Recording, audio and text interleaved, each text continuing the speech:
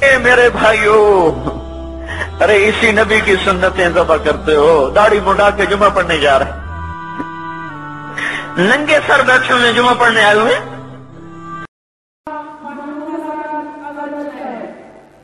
আমাদেরকে শীতে খুব কাবু করে ফেলেছে, সালামের উত্তর ভুলে গেছেন মনে হচ্ছে। আসসালামু আলাইকুম ওয়া রাহমাতুল্লাহি ওয়া বারাকাতুহু। ওয়া আলাইকুম আসসালাম ওয়া রাহমাতুল্লাহি ওয়া বারাকাতুহু। মাগফিরাত। আলহামদুলিল্লাহি নাহমাদুহু ওয়া নাস্তাঈনুহু ওয়া নাস্তাগফিরুহু ওয়া নু'মিনু বিহি ওয়া নাতাওয়াক্কালু আলাইহি ওয়া নাউযু বিল্লাহি মিন শুরুরি আনফুসিনা ওয়া মিন সাইয়্যাতি আ'মালিনা। من يهده الله فلا مضل له ومن يضلله فلا هادي له ونشهد أن لا إله إلا الله وحده لا شريك له ونشهد أن سيدنا ومولانا محمدا عبده ورسوله أرسله الله تعالى إلى كافة الناس بشيرا ونذيرا وداعيا إلى الله بإذنه وسراجا منيرا. قال الله تبارك وتعالى: أعوذ بالله من الشيطان الرجيم. بسم الله الرحمن الرحيم.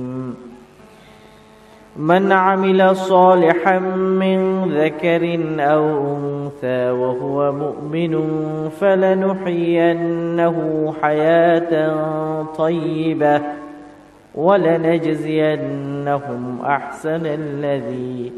أحسن الذي كانوا يعملون. وقال تعالى: يريدون ليطفئوا نور الله بأفواههم والله متم نوره ولو كره الكافرون. وقال تعالى: إن الله وملائكته يصلون على النبي يا أيها الذين آمنوا صلوا عليه وسلموا تسليما. صلى الله على سيدنا ومولانا محمد وعلى آله وأصحابه وسلم. صلى الله على سيدنا ومولانا محمد وعلى آله وأصحابه وسلم. بلغ العلا بكماله كشف الدجى بجماله حسنت جميع خصاله صلوا عليه وآله. আজকের এই পবিত্র মাহফিল মরহুম আলহাজ মোহাম্মদ ওসমান আলী সাহেবের স্মরণে আয়োজিত। এই সবার সম্মানিত সভাপতি, অত্র অঞ্চলের অত্যন্ত শ্রদ্ধাভাজন আলেম সমাজ, শীতের রাতে কষ্ট করে বসে থাকা আমার মুরব্বীবৃন্দ,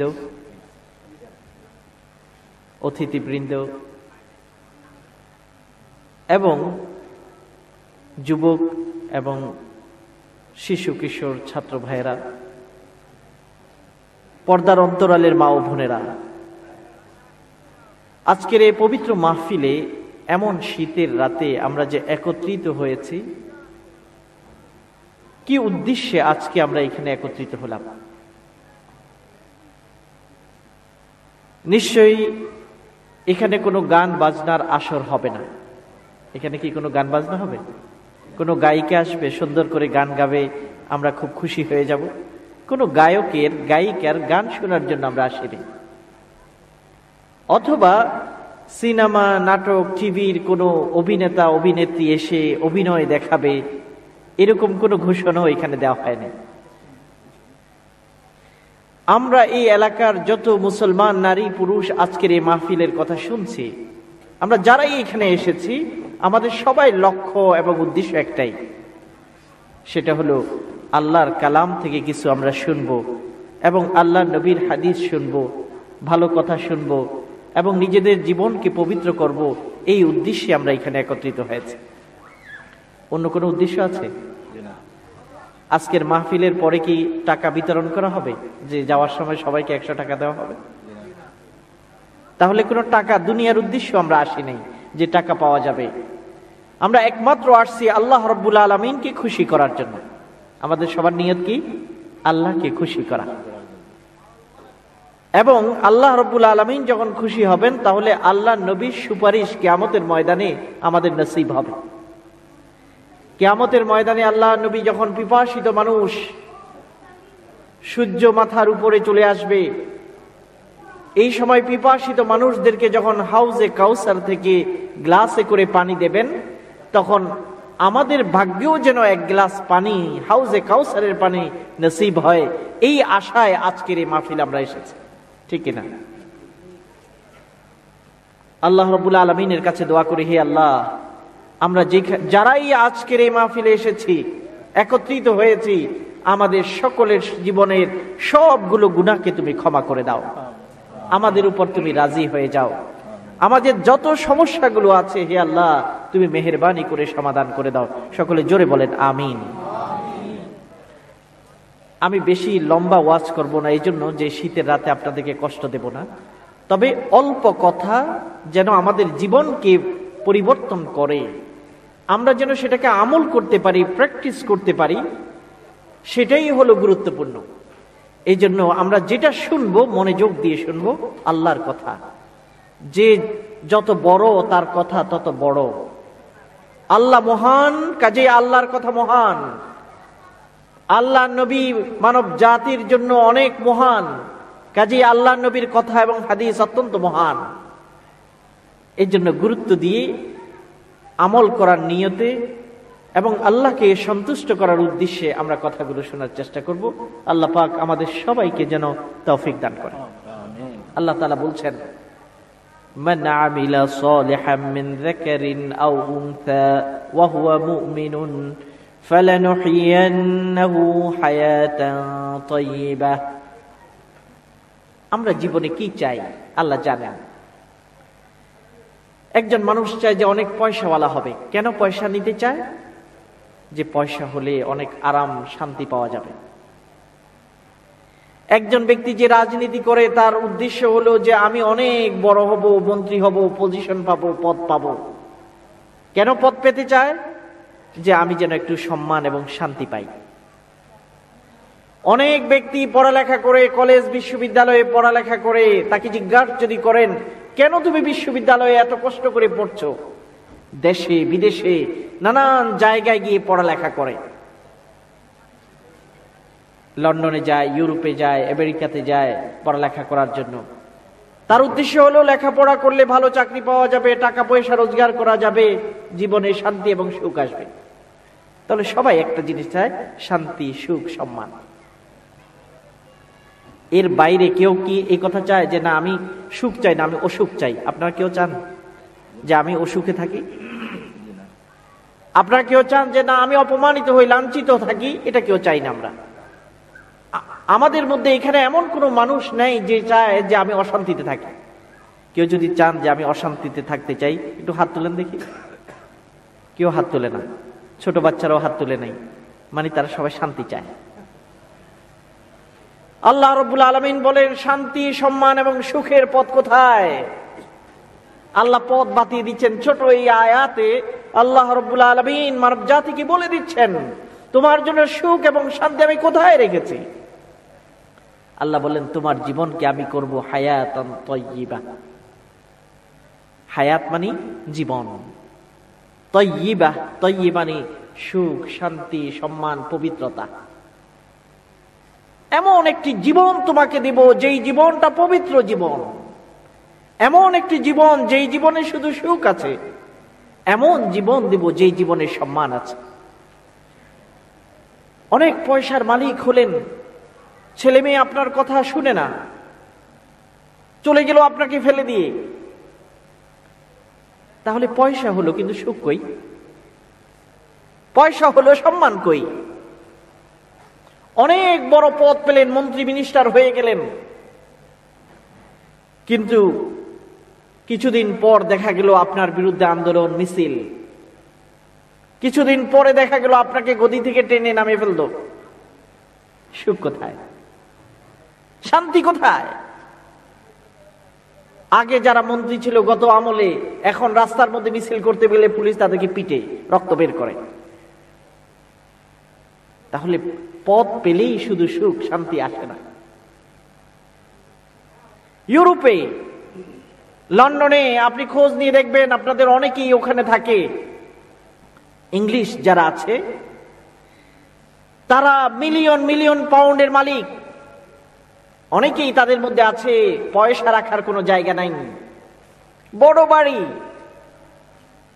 বড় বাড়ি, এত বড় বাড়ি যে একা থাকলে ভয় লাগে। আমাদের জনাব, আপনাদের পরিচিত আজকের এই প্রোগ্রাম যিনি আয়োজন করেছেন, জনাব আব্দুর রব ভাই আজকে বললেন, ওনাদের এরিয়াতে লন্ডনে যেখানে তিনি থাকেন, ওখানে একজন লোক আছে, সলিসিটার, লয়ার, আইনবিদ, 60 বছর বয়স তার, 2 মিলিয়নের উপরে দামি বাড়ি। 2 মিলিয়ন, 2 মিলিয়ন মানে কত? 20 লক্ষ পাউন্ড। 1 লক্ষ মানে হলো প্রায় 1.5 কোটি টাকা। কত কোটি টাকার বাড়ি? ক্যালকুলেটরে ভালো করে হিসাব করলে ক্যালকুলেটরও ধরতে পারবে না, এত বড় বাড়ি। কিন্তু ওই বাড়িতে কেউ নেই। বিবাহ করেছিল, স্ত্রীর সাথে মলে মন মিলে না, স্ত্রী চলে গেছে, ডিভোর্সড। দ্বিতীয়বার আবার বিয়ে করেছে, ওইটার সাথেও মিলে না, ওইটাও ডিভোর্স। একমাত্র বন্ধু হলো একটা কুকুর আছে। বন্ধুকে? কুকুর। আপনার বাংলা বুঝতেছেন আমার কথা? কুকুর মানে কি? কুত্তা। বন্ধু একটাই কুত্তা, আর কেউ নেই। ওই কুত্তাও চলে গেছে। এবার 2টা বিড়াল, 2টা বিড়াল কিনে আনছে বন্ধুকে। এবার বিড়াল, কুত্তা আর বিলাই হলো বন্ধু। স্ত্রী থাকতে পারে না সাথে, ছেলে মেয়ে তো দূরের কথা। তো বাড়ি আছে এত বড়, পৃথিবীর সবচেয়ে গুরুত্বপূর্ণ একটা দেশ ইউকে, যুক্তরাজ্যে সে বাস করে, কিন্তু আরাম কোথায়, শান্তি কোথায়? বন্ধু তো কুত্তা আর বিলাই। এখন যদি সে মারা যায়, কুত্তা আর বিলাই কি জানাজার নামাজ পড়তে পারবে? বা খ্রিস্টান ধর্ম অনুযায়ী কি কোনো প্রেয়ার করতে পারবে? তা এত মিলিয়ন পাউন্ড দিয়ে সে কি করলো, কি পেল জীবনে? বয়স 60 হয়ে গেছে, আর কয় বছর বা বাঁচবে?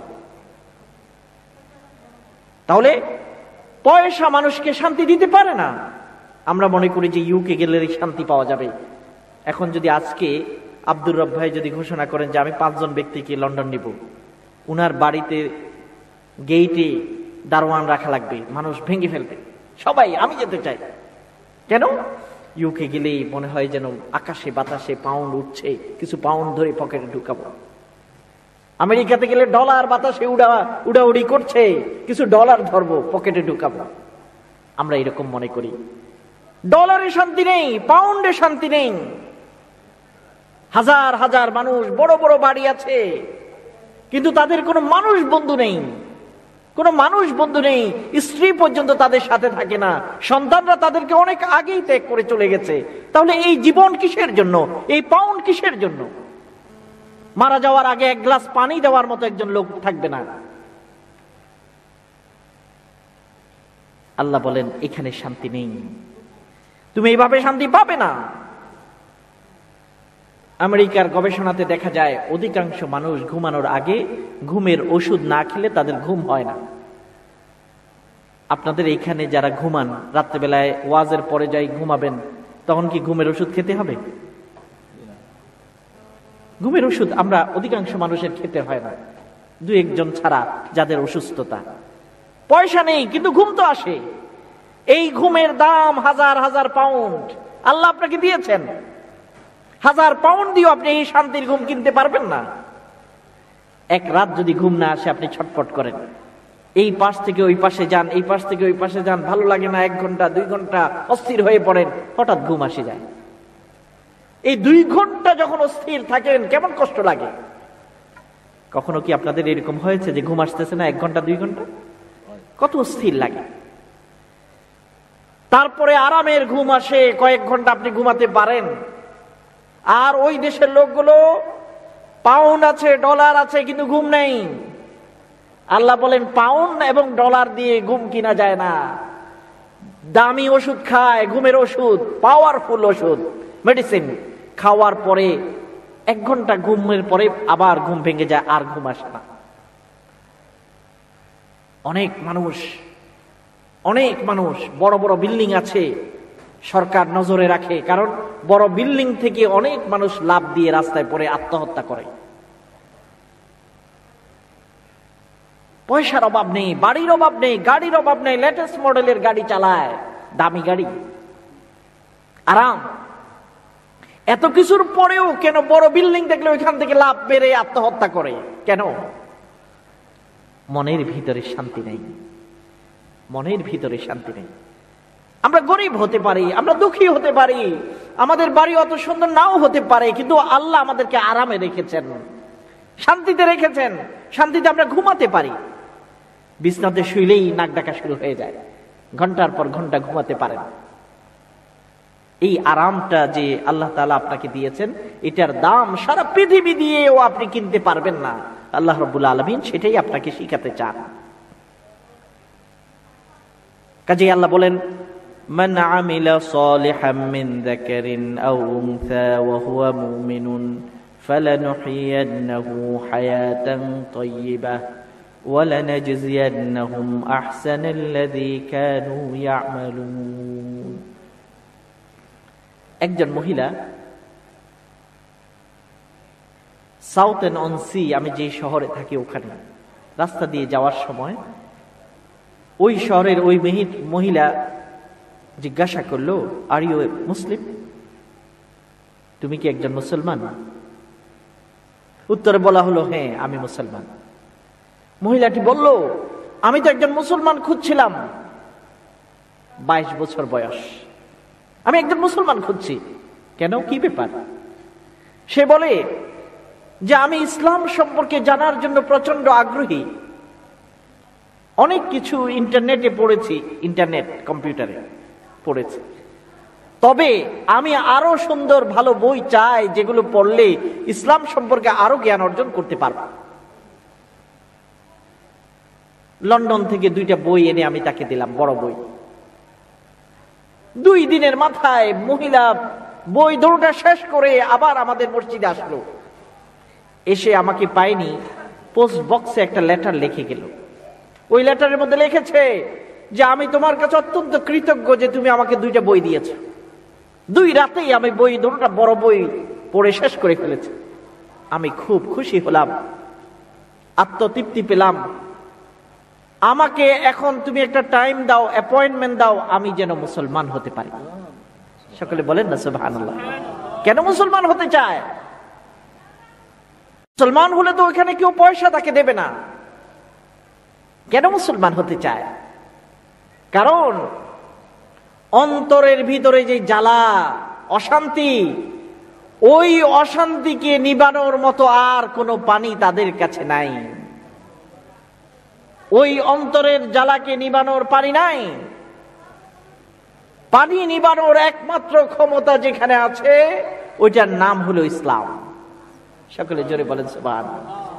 ইসলামের পানি দিয়ে অন্তরের জ্বালাকে নিবানো যায়, অন্তরের কষ্টকে নিবানো যায়। এই জন্য মহিলা পাগল হয়ে গেছে মুসলমান হওয়ার জন্য।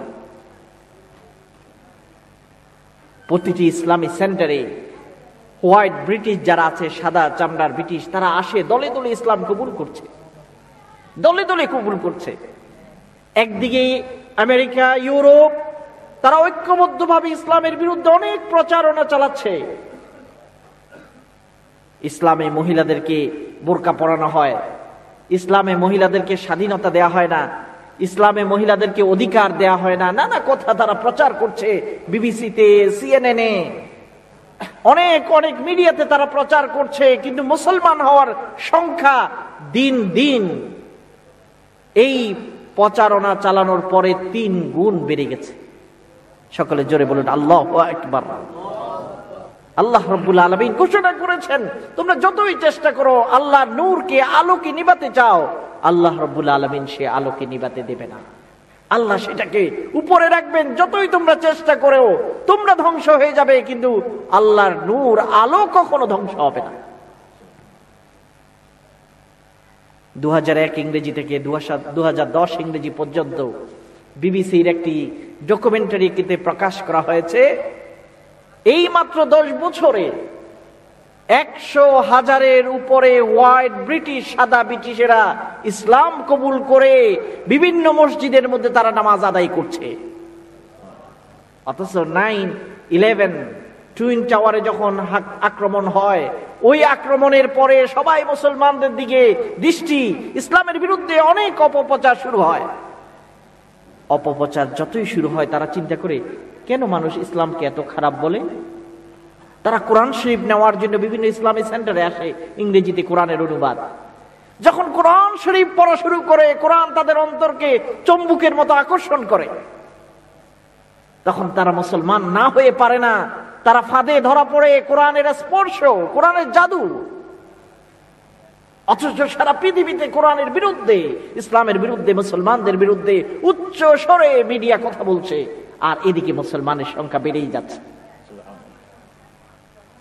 শান্তির বাণী আমাদের হাতে আছে, শান্তির বড় নিয়ামত আমাদের হাতে আছে।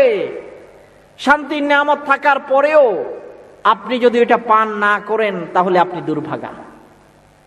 একজন লোক পিপাসায় কাতরাচ্ছে, পিপাসা খুব কষ্টের জিনিস। মানুষ না খেয়ে থাকতে পারে, কিন্তু পিপাসা সহ্য করতে পারে না। পিপাসা মানে তৃষ্ণা, পানি পান করার আগ্রহ। এখন একজন মানুষ রৌদ্রের মধ্যে হেঁটে ঘরে আসলো, আসার পর গলা তার পিপাসায় ফেটে যাচ্ছে, পানি তার দরকার। ফ্রিজের মধ্যে, ঘরের মধ্যে পানি আছে, সে যদি ঢেলে না খায়, খালি পানি পানি করে চিৎকার করে, তাহলে সে হবে নির্বুদ্ধিমান, বোকা। তার কাছে পানি আছে কিন্তু পানি পান করছে না, গলা ফেটে যাচ্ছে, পিপাসায় কাতরাচ্ছে।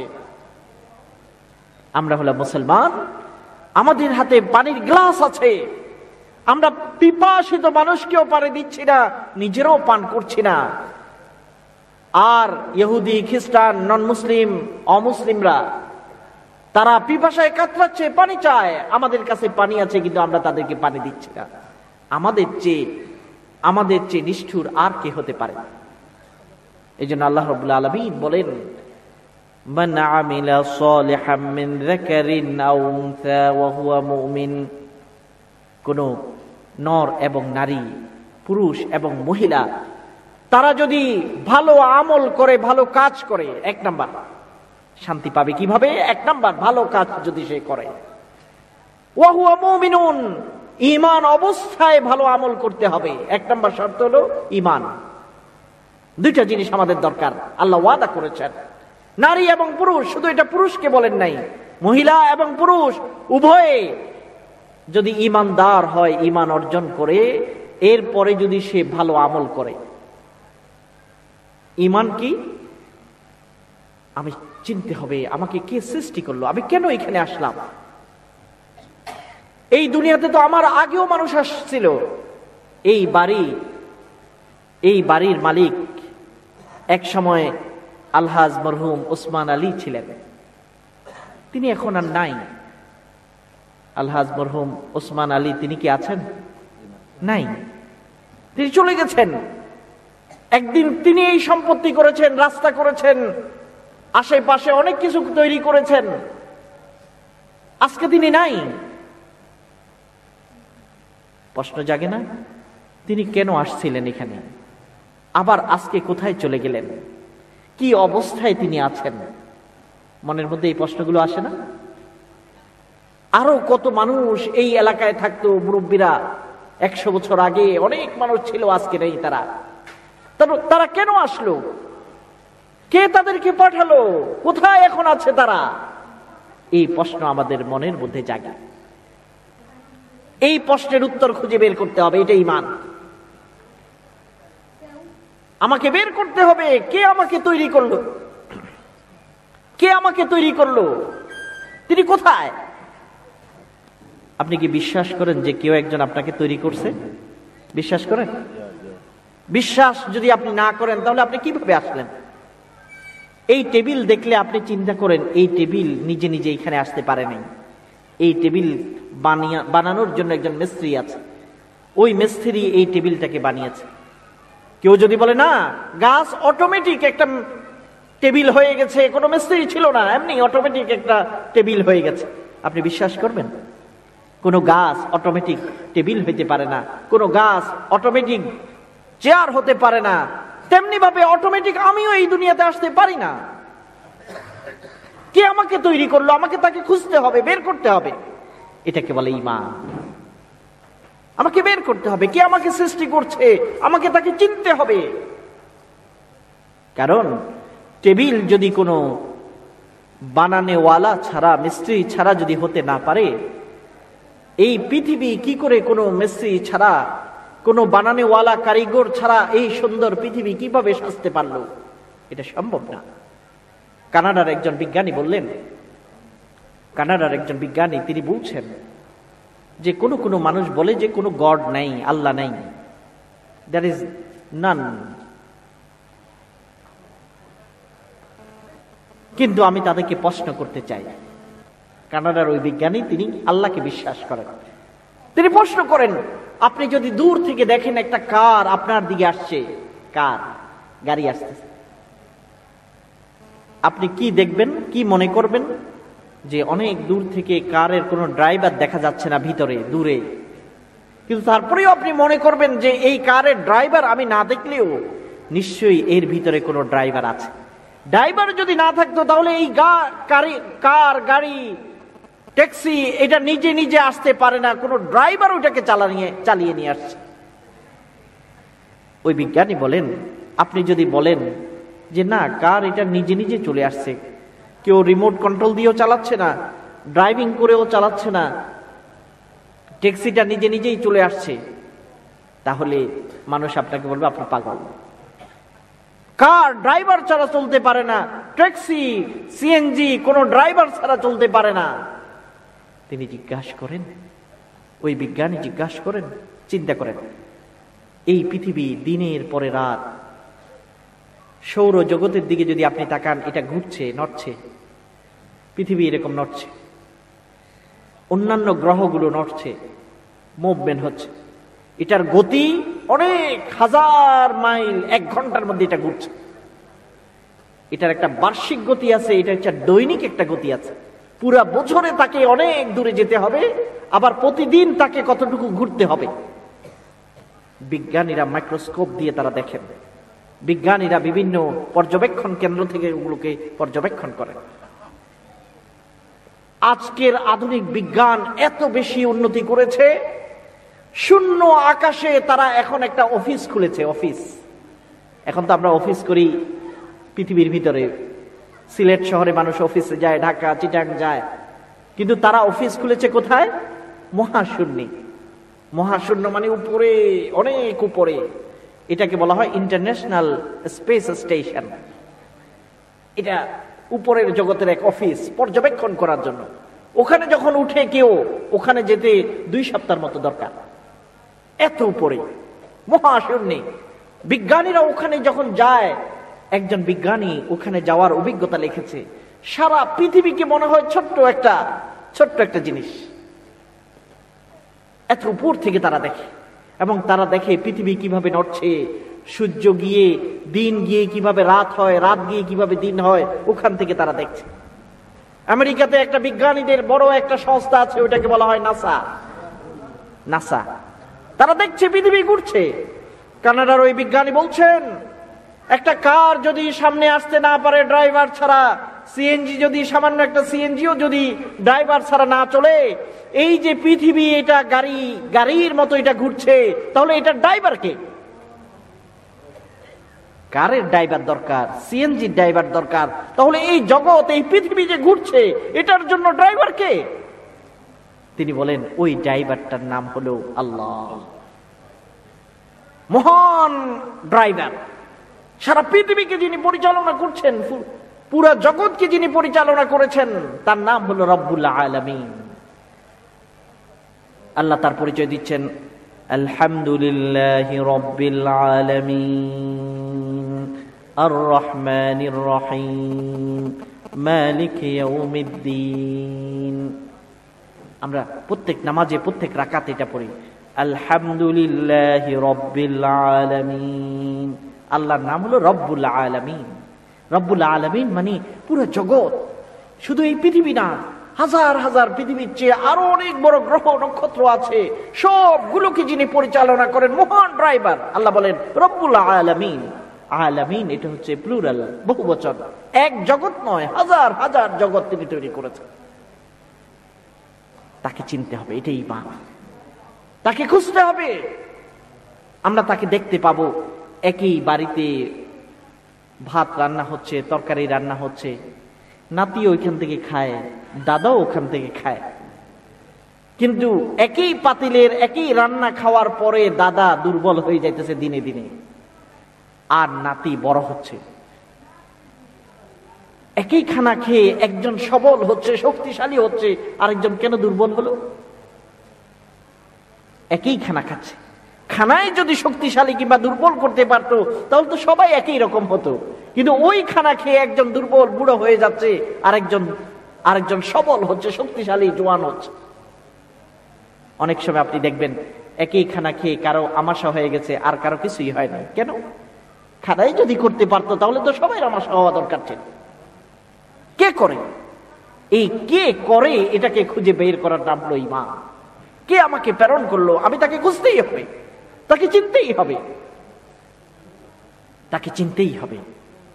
সারা পৃথিবীর সব জায়গায় তিনি আছেন, তার শক্তি, তার কুদরত সব জায়গায় বিরাজমান। আমাদের বাড়িতে চট্টগ্রাম শহরে কয়েক বছর আগে রমাদানের গুরুত্বপূর্ণ একদিন রাত্রে একজন ভাই আসলো।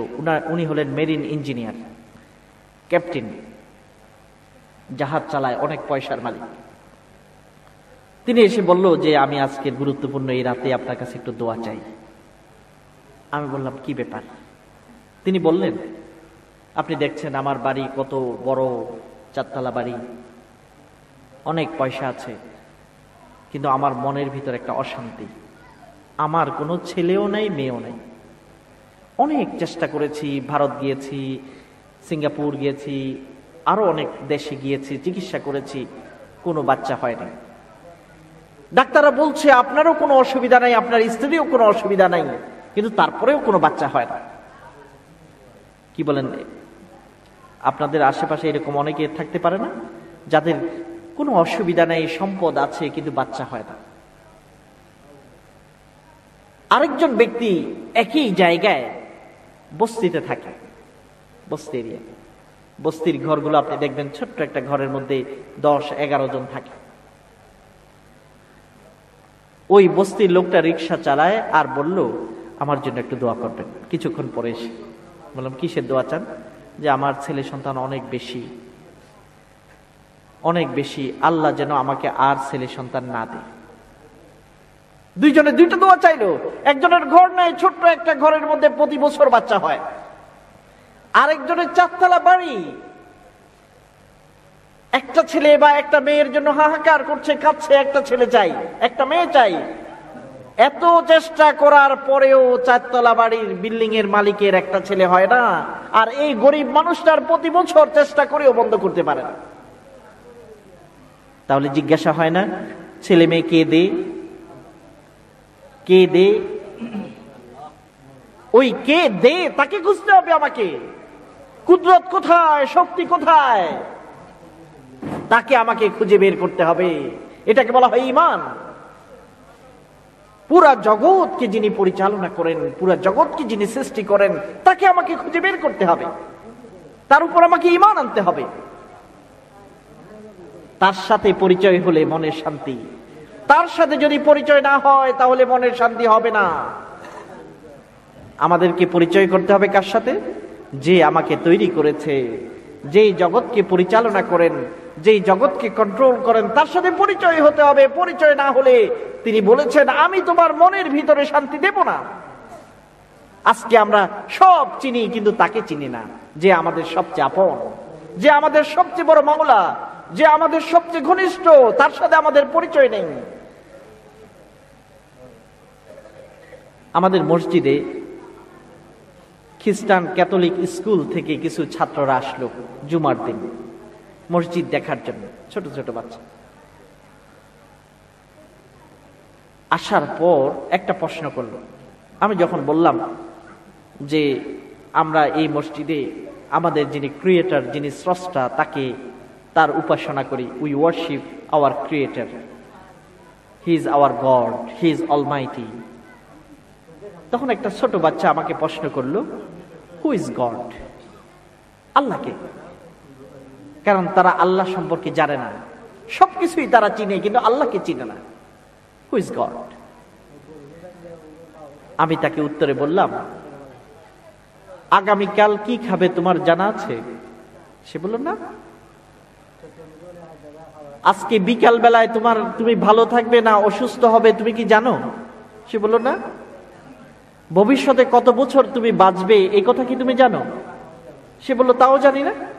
আমি বললাম তুমি তো কিছুই জানো না, এটা তোমার জীবন, অথচ তুমি জানো না কালকে কি হবে, আজকে বিকালে কি হবে এটাও জানো না, সুস্থ থাকবে কি অসুস্থ থাকবে, তুমি কি ডাক্তার হবে না ইঞ্জিনিয়ার হবে ওটাও জানো না। তাহলে এই জীবনটা কার হাতে? কে চালায় তোমাকে? নিশ্চয়ই এমন কেউ আছে যে তোমার জীবনকে চালায়। কারণ তুমি যদি তোমার জীবনকে চালাতে তাহলে তো তুমি জানতে। তুমি যেহেতু জানো না, নিশ্চয়ই আরেকজনেই তোমার জীবনকে চালায়। ওই আরেকজন তোমার জীবনকে চালায়, তিনি হলেন গড। ছেলেটা বুঝলো। তাহলে গডকে, আল্লাহকে, যিনি আমার জীবনকে চালায়। আমি জানি না কয় বছর বাঁচবো। এখানে কোনো মানুষ, সারা পৃথিবীর কোন মানুষ জানে না যে সে কয় বছর বাঁচবে, কতদিন দুনিয়াতে আছে। যত বড় শক্তিশালী হোক, সে ওবামা হতে পারে, সে ডেভিড ক্যামেরন হতে পারে, সে ইংল্যান্ডের রানী হতে পারে, সৌদি আরবের বাদশাহ হতে পারে, অনেক শক্তি অনেক সম্পদের মালিক হতে পারে, কিন্তু কখনো সে জানে না কয় বছর সে বাঁচবে। কেউ কি পৃথিবীর মধ্যে জানে কয় বছর বাঁচবে?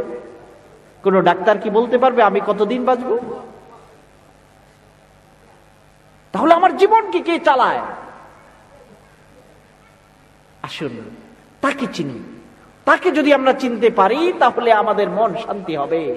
তাকে যদি চিনতে পারি তাহলে আমাদের উপর শান্তি বর্ষিত হবে, আমাদের মনের অশান্তি দূর হবে, আমাদের জীবনটা হবে সুখে সমৃদ্ধ, আমাদের জীবনে হবে সম্মান। তাকে যদি আমরা চিনতে পারি। আর তাকে যদি আমরা চিনতে না পারি তাহলে জীবনে শান্তি হবে না, জীবন সম্মানজনক হবে না। এই জন্য কোরআন বলছে, মান আমিলা সালিহাম মিন যাকারিন আও উনসা ওয়া হুয়া মুমিন ফালানুহইয়ান্নাহু হায়াতান তাইয়্যিবাহ ওয়া লানাজজিয়ান্নাহুম আহসানাল্লাযী কানু ইয়ামালুন। তাকে চিনতে হবে। তাকে যারা চিনছে জীবনে তাদের অন্তরে শান্তি আছে। আপনি যদি তাকে চিনেন, তার ভালোবাসা অন্তরে আসবে, মনের মধ্যে প্রশান্তি অনুভব করবেন। তার ভালোবাসা নিয়ে যখন আমরা নামাজ আদায় করব, সেজদা করব, আল্লাহ রাব্বুল আলামিন আমাদের মনের ভিতর প্রশান্তি দান করবেন। আপনাদেরকে একটা ঘটনা বলি, ফ্রান্সের ঘটনা। ফ্রান্সের নাম শুনছেন? এটা কোন জায়গায়? লন্ডনের পাশে, ইউকের পাশেই একটা দেশের নাম হলো ফ্রান্স। এটাও খ্রিস্টানদের দেশ। ফ্রান্সে একজন গায়িকা আছেন, তার নাম ছিল ডায়াম। কি নাম? ডায়াম। এই গায়িকা সুন্দর গান করতো, স্টেজের মধ্যে আসি গান করলে হাজার হাজার মানুষ হতো। ওয়াজ শোনার মানুষ কম, কিন্তু গান শোনার মানুষ বেশি থাকে। কি বলেন? সমাজের মধ্যে যদি গান হয় অনেক মানুষ এসে যায়। কিন্তু ফ্রান্সের এই আর্টিস্ট গায়িকা তার গান শোনানোর জন্য 3 বছর জন্য ধরে তাকে খুঁজে পাওয়া যাচ্ছে না। ডায়ামকে 3 বছর ধরে খুঁজে পাওয়া যায় না ফ্রান্সে। কোথায় গেল? এত সুন্দর গান করে, হাজার হাজার মানুষ তার গান শোনার জন্য পাগল, কিন্তু ডায়াম কোথায়? একদিন দেখা গেল হঠাৎ এই ডায়াম মসজিদ থেকে বের হচ্ছে, পর্দা পরে, বোরকা পরে মসজিদ থেকে বাইর হচ্ছে। তখন টিভির লোকেরা তাকে দেখলো। টিভির লোকেরা তাকে দেখে তাকে বলল, আপনি আসেন, আপনাকে মানুষ খুঁজছে, আপনি মসজিদে কেন? তখন ডায়াম টিভিতে আসলো, আর তাকে জিজ্ঞাসা করা হলো, কি ব্যাপার, আপনার গান শোনার জন্য মানুষ পাগল, কিন্তু আপনি গান না শুনিয়ে কোথায়, মসজিদে কেন আপনি? অথচ ডায়াম ছিল খ্রিস্টান গায়িকা। তাকে দেখা গেল মসজিদ থেকে বের হচ্ছে, তাকে জিজ্ঞাসা করা হলো, আপনি মসজিদে কেন? তখন মহিলা বলে, আমি তো বছরের পর বছর বিভিন্ন মঞ্চে গিয়ে গান গেয়েছি, বিভিন্ন টিভিতে গিয়ে গান করেছি, হাজার হাজার মানুষ জমা হয়ে যায় আমার গানের আসর দেখার জন্য, গান শোনার জন্য, কিন্তু এত গান শোনানোর পরেও, এত মানুষ থাকার পরেও আমার মনের মধ্যে কোনো শান্তি নেই। একদিন একজন মহিলা আমাকে, মুসলমান মহিলা আমাকে বলল, একজন মুসলিম মহিলা আমাকে বলল যে আমি একটু 5 মিনিটের জন্য নামাজ পড়তে যাচ্ছি, আপনি বসেন, আমি আসব। আমি জিজ্ঞাসা করলাম, নামাজ কি? নামাজ কি? তখন সে বলল যে আপনি আমার সাথে আসেন, আমি আপনাকে নামাজ কি দেখাবো, আমি নামাজ পড়তে যাচ্ছি। ইউরোপের মানুষ নামাজ পড়তে যায়, অমুসলিম দেশের মধ্যে থাকেও তারা কাজের থেকে ছুটি নিয়ে নামাজ পড়তে যায়। আর আমাদের দেশে স্কুলে জোহরের নামাজের সময় ছেলে মেয়েরা নামাজ পড়তে যায় না, নামাজের কোনো জায়গা স্কুলে নেই, কিন্তু লন্ডনের স্কুলগুলোতে নামাজের জায়গা আছে। ছেলেরা ছুটি নিয়ে লাঞ্চের ব্রেক যখন দেওয়া হয় তখন তারা নামাজ পড়তে যায় অনেক স্কুলে। মেয়েরা স্কুলে যায়, ইংলিশ স্কুলে যায়, তারা হিজাব পরে, পর্দা পরে। লন্ডনের মানুষ যায়, কিন্তু মুসলমানরা নামাজ ছেড়ে দিয়েছে। আমরা ইসলামকে পেয়েও ছেড়ে দিচ্ছি, আর তারা ইসলামকে কবুল করছে।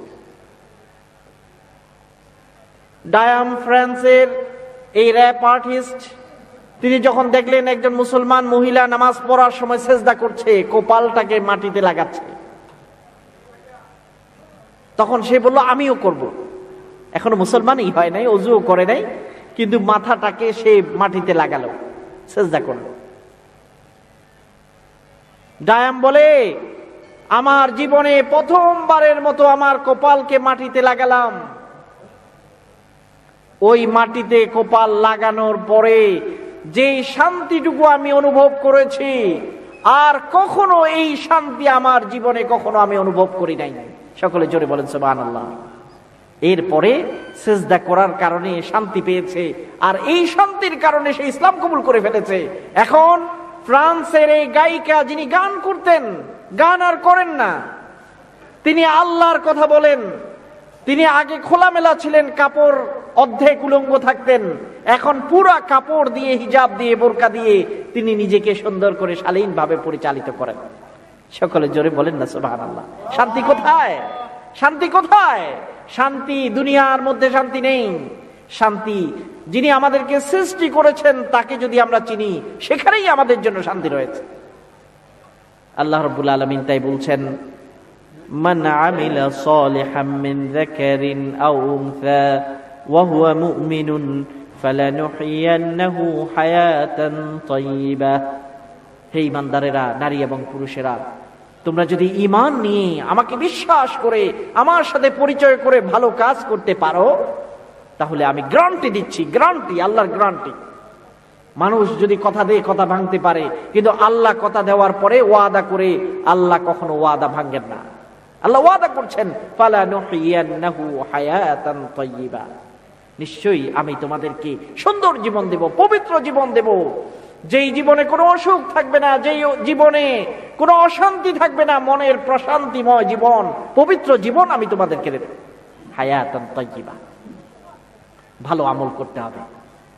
ভালো আমল কি? 1 নাম্বার, ঈমানের পরে ভালো আমল হলো 5 ওয়াক্ত নামাজকে ঠিকমতো আদায় করা। আজকে মাহফিলে আসলাম কিন্তু নামাজগুলো ঠিকমতো পড়লাম না, আল্লাহ আমার উপর খুশি হবেন না। 5 ওয়াক্ত নামাজ 5 বার। একজন মুসলমান কয়বার নামাজ পড়ে? 5 বার। প্রথম নামাজ হলো সকাল বেলায়, যখন আকাশ সাদা হতে লাগে তখন আমরা প্রথম নামাজ আদায় করি। ওই নামাজের নাম কি? ফজর, সালাতুল ফজর। কেন ওই সময় কেন নামাজ পড়তে হবে? কারণ নামাজ পড়ার মানে হলো আমি আল্লাহর কাছে সমর্পণ করা। সারা পৃথিবী এখন কালো অন্ধকার, এই কালো অন্ধকারকে কেউ সকাল করতে পারবে না যদি আল্লাহ রব্বুল আলামিন সকাল না করেন। এই জন্য আল্লাহর আরেক নাম হলো রব্বুল ফালাক, সকালের প্রভু। যিনি আকাশকে, অন্ধকার রাতকে যিনি সকাল করেন, সেই রবের নাম হলো রব্বুল ফালাক। আপনারা কি এই সূরাটা জানেন? সূরা ফালাক, কোরআন শরীফে একটা ছোট সূরা আছে, সূরার নাম কি? ফালাক। কুল আউযু বিরাব্বিল ফালাক, কুল আউযু বিরাব্বিল ফালাক মিন শাররি মা খালাক। এই সূরার মধ্যে আল্লাহ বলছেন, কুল, আপনি বলুন, আউযু বিরাব্বিল ফালাক। এক আল্লাহ আছে, যে আল্লাহর নাম হলো রব্বুল ফালাক, যিনি রাতকে সকাল করতে পারেন। রাতকে যিনি সকাল করতে পারেন সেই রবের নাম হলো রব্বুল ফালাক। সারা দুনিয়ার কেউ রাতকে সকাল বানাতে পারবে না। আমেরিকার ওবামাকে যদি আপনি বলেন আমাদেরকে একটু দয়া করে এখন সকালবেলা করে দেন, এখন রাত 9টা-10টা বাজে, আপনি যদি বলেন আমাদেরকে এখন সকাল করে দেন, আমেরিকার প্রেসিডেন্ট $1000 বিলিয়ন খরচ করেও এখন সকাল করতে পারবেন। সকাল কে করতে পারেন? আল্লাহ। এই জন্য আমরা আল্লাহকে বলি, কুল আউযু বিরাব্বিল ফালাক মিন শাররি মা খালাক। হে আল্লাহ, তুমি সকালের প্রভু, সকাল তুমিই করতে পারো, সারা দুনিয়ার কোনো শক্তি সকাল বানাতে পারে না। আর সারা দুনিয়ার মানুষ যেহেতু রাতকে সকাল করতে পারে না, হে আল্লাহ, যত খারাপ জিনিস আছে, অকল্যাণ বিপদ আছে, হে আল্লাহ, ওই বিপদ থেকে আমাদেরকে বাঁচাও। বিপদ থেকে কে বাঁচাতে পারেন?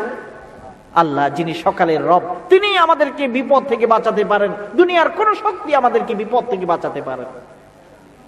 আমরা বিপদে পড়লে আগে আল্লাহর কাছে না গিয়ে আমরা প্রথমে চলে যাই এখানে ওখানে, ডাক্তারের কাছে আগে যাই, মনে করি যে ডাক্তার আমাকে রোগ থেকে বাঁচাইতে পারবে। অনেক ডাক্তার আছে যারা ক্যান্সার রোগে আক্রান্ত হয়ে মারা যান। অনেক ডাক্তার আছে যাদের কিডনির রোগ। অনেক ডাক্তার আছে নানা রকম রোগে আক্রান্ত হয়ে মারা যাচ্ছেন। কিন্তু ডাক্তারের কাছে আপনি যাবেন, ঔষধ আপনি নেবেন, কিন্তু তার আগে আল্লাহর কাছে বলেন, হে আল্লাহ, আমি অসুস্থ হয়ে পড়েছি, আমাকে এই রোগ থেকে তুমি মুক্তি দান করো। আল্লাহর কাছে প্রথমে আপনাকে মুসলমান হিসেবে যেতে হবে। আল্লাহ যদি চান তাহলে ওষুধ আপনাকে ভালো করতে পারে। আল্লাহ যদি চান তাহলে ডাক্তারের চিকিৎসার মাধ্যমে আপনি ভালো হতে পারেন। আল্লাহ যদি না চান, যত বড় ডাক্তার হোক না কেন, পৃথিবীর সবচেয়ে শ্রেষ্ঠ ডাক্তারের চিকিৎসা নিলেও আপনাকে মারা যেতে হবে। অনেক সময় ডাক্তার বলে, আপনি যদি আর 2 সপ্তাহ আগে আসতেন তাহলে ভালো হয়ে যেতেন, এখন বেশি দেরি হয়ে গেছে। প্রশ্ন জাগে না, আমি 2 সপ্তাহ আগে আসতে পারলাম না কেন? কারণ আল্লাহ আমাকে ভালো করার নিয়ত করেন নাই, আল্লাহ আমাকে ভালো করার ফয়সালা করেন নাই, সিদ্ধান্ত নেন নাই। এই জন্য 2 সপ্তাহ আগে যাই নাই, 2 সপ্তাহ পরে আমি ডাক্তারের কাছে গেলাম।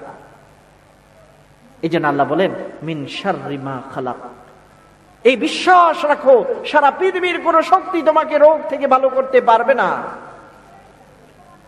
তোমার সমস্যা সমাধান করতে পারবে না, তোমার কষ্ট দূর করতে পারবে না। একমাত্র কষ্ট যিনি দূর করতে পারেন তিনি হলো রব্বুল ফালাক, সারা পৃথিবীর যিনি রব, এক আল্লাহ। এক আল্লাহ ছাড়া কেউ তোমাকে মুক্তি দিতে পারে না। অসুস্থ হই, কেউ আমাকে মুক্তি দিতে পারে না, চিকিৎসা করতে পারে না। হে আল্লাহ, তুমি শুধু আমাকে রোগ থেকে মুক্তি দিতে পারো। সুবহানাল্লাহ। ইব্রাহিম আলাইহিস সালাম আগে কার কাছে যেতেন? রোগ হলে আল্লাহর কাছে যেতেন। 2 রাকাত নামাজ পড়ে আল্লাহর কাছে যান, হে আল্লাহ, আমি অসুস্থ, আমাকে শিফা দাও। তখন আল্লাহ যেই ডাক্তারের কাছে গেলে ভালো হবে সেই ডাক্তারের কাছে যাওয়ার ব্যবস্থা আপনার জন্য করে দেবেন। যে ওষুধ খেলে ভালো হবে ওই ওষুধ খাওয়ার ব্যবস্থা আল্লাহ আপনাকে করে দেবেন। আমাদের এলাকার একজন লন্ডনে মুরব্বী ছিলেন, অসুস্থ, কোমরে ব্যথা। তিনি ডাক্তারের কাছে গেলেন। ডাক্তার পরীক্ষা করে বলল যে আপনি এই ওষুধটা খাবেন, একটা ওষুধের নাম লিখে দিন। কিছুদিন পরে আবার এখনো ব্যথা যায় না, ব্যথা বেড়ে যায়, কোমরের ব্যথা, মেরুদণ্ডের ব্যথা। তখন হসপিটালের বড় ডাক্তার কাছে তাকে আবার পাঠানো হলো। হসপিটালের বড় ডাক্তার তার আরো চিকিৎসা করে দেখলো যে আগে যে ওষুধটা ছিল এটা ভুল। ডাক্তারের কাছে গেছে, ওষুধও দিয়েছে, ওষুধও খেলো, কিন্তু পরবর্তীতে কি প্রমাণ হলো? ওষুধটা ছিল ভুল। তাহলে চিকিৎসা, রোগ থেকে মুক্তি কোনো ডাক্তার দিতে পারে না, ওষুধ দিতে পারে না। আল্লাহ রাব্বুল আলামিন যদি না চায় ডাক্তার রোগ বের করতে পারবে না। আল্লাহ রাব্বুল আলামিন যদি না চান তাহলে সঠিক ওষুধ আল্লাহ ডাক্তার দিতে পারবে না। এটার কারণে দেরি হয়ে যাবে এবং রোগ আরো বেড়ে যাবে। কিন্তু আল্লাহ রাব্বুল আলামিন যখন চান তখন সামান্য একটু কিছুতেই আল্লাহ রাব্বুল আলামিন রোগকে ভালো করে দেবেন। চট্টগ্রাম মেডিকেল কলেজে আমাদের একজন উস্তাদ বললেন, তিনি একজন দিনদার মানুষ, আলেম মানুষ, একটা মসজিদ, একটা মাদ্রাসা করেছেন তার এলাকায়। আশেপাশের কিছু দুষ্ট লোকেরা ওই মাদ্রাসাটাকে ভেঙে দিয়েছে, তার উপর আক্রমণ করেছে। এত বেশি আক্রমণ করেছে যে তার চোখগুলো প্রায় অন্ধ হয়ে গেছে, চোখ নষ্ট হয়ে গেছে। তাকে চট্টগ্রাম মেডিকেল হসপিটালে আনা হলো।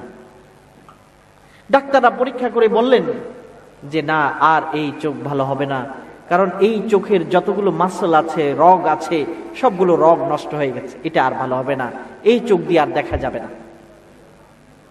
ওই লোকটা হসপিটালে থাকা অবস্থায় আল্লাহর দরবারে রাতের বেলায় সারা রাত আল্লাহর কাছে কাঁদছেন, হে আল্লাহ, আমি তো একটা দিনই মাদ্রাসা প্রতিষ্ঠা করতে চেষ্টা করলাম, আমি তো একটা মসজিদ প্রতিষ্ঠা করার জন্য চেষ্টা করলাম, হে আল্লাহ, এই চোখ যদি তুমি বানাও তাহলে এই চোখ নষ্ট হলে তুমি আবার ঠিকও করে দিতে পারো, সেই শক্তি তোমার আছে না নাই? এই টেবিল যে মিস্ত্রি বানাইছে, যদি এই মিস্ত্রি আবার এর একটা পা নষ্ট হয়ে যায় তাহলে আবার আরেকটা কাঠ দিয়ে পা লাগাই দিতে পারবে না? তিনি আল্লাহর কাছে বললেন, হে আল্লাহ, এই চোখ তো তুমি সৃষ্টি করেছো, তুমি যদি এই চোখ সৃষ্টি করে থাকো, এর রগগুলো নষ্ট হয়ে গেছে, আল্লাহ আবার এগুলোকে ঠিক করে দাও, আমি যেন চোখ দিয়ে দেখতে পারি। সারা রাত আল্লাহর দরবারে কান্নাকাটি করলো। পরের দিন ডাক্তার আবার আসছে দেখার, চেক আপ করার জন্য এসে আবার চোখের একটা পরীক্ষা করলো। কালকে বলেছে সবগুলো রোগ নষ্ট, এই চোখ দিয়ে আর তিনি দেখতে পাবেন না। এক রাত যাওয়ার পরে পরের দিন আবার পরীক্ষা করে ডাক্তার আশ্চর্য হয়ে জিজ্ঞাসা করলো নার্সকে, এটা কি কালকে সেই রুগী না নতুন কোন রুগী আসছে এখানে? নার্স বললো, না না, আগের রুগী তো আমরা রিলিজ করি নাই, এটা কালকে যে রুগীটা ছিল এটাই রুগী।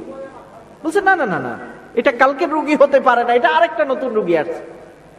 আশেপাশে সবাই বললো, না না, এটা কালকে যেই লোকটা ছিল, যে রুগী ছিল, আজকেও সেটাই, নতুন কোন রুগী আসে নাই। ডাক্তার বলল, আমি কালকে পরীক্ষা করলাম, সব ধরনের পরীক্ষা করে দেখলাম রগগুলো সব নষ্ট হয়ে গেছে, আর আজকে এক রাত পরে এসেই দেখছি সবগুলো রগ আবার সুন্দর করে কাজ করা শুরু করছে, তাহলে এটা নতুন এক রাতে কি করে এটা সম্ভব? এটা হতে পারে না। তাকে জিজ্ঞাসা করলো, কি ব্যাপার, আপনি কি অন্য কোনো চিকিৎসা নিয়েছেন, অন্য কোনো ওষুধ খেয়েছেন? রোগীটি বলল, না না না, তবে আমি একটা চিকিৎসা নিয়েছি, সেটা হলো এই গত সারা রাত ধরে আমি যিনি এই চোখে তৈরি করেছেন, ওই চোখের যিনি রব এবং স্রষ্টা, তার কাছে হাত তুলে কান্নাকাটি করলাম। আমি বললাম, হে আল্লাহ, তুমি যদি আমার এই চোখে তৈরি করে থাকো, এই চোখের রগগুলো নষ্ট হয়ে গেছে, হে আল্লাহ, আবার আমাকে চোখের রগগুলোকে ঠিক করে দাও, তুমি ঠিক করতে পারো, হে আল্লাহ, তুমি আমার স্রষ্টা, তোমার সেই শক্তি আছে। এভাবে সারা রাত আমি কেঁদেছি। আর আমার বিশ্বাস ছিল নিশ্চয় নিশ্চয় তিনি আমার রোগগুলোকে, চোখকে আবার ঠিক করে দেবেন। আমার ঈমান ছিল, বিশ্বাস ছিল। আর আল্লাহ রাব্বুল আলামিন এই দোয়ার কারণে এক রাতের ভিতরে যেই চোখ সম্পূর্ণ নষ্ট হয়ে গেছে, ওই চোখকে আবার আল্লাহ ঠিক করে দিয়েছেন। সকলে জোরে বলুন আল্লাহু আকবার। আল্লাহ পাক করতে পারেন, আল্লাহর সেই শক্তি আছে এক রাতে।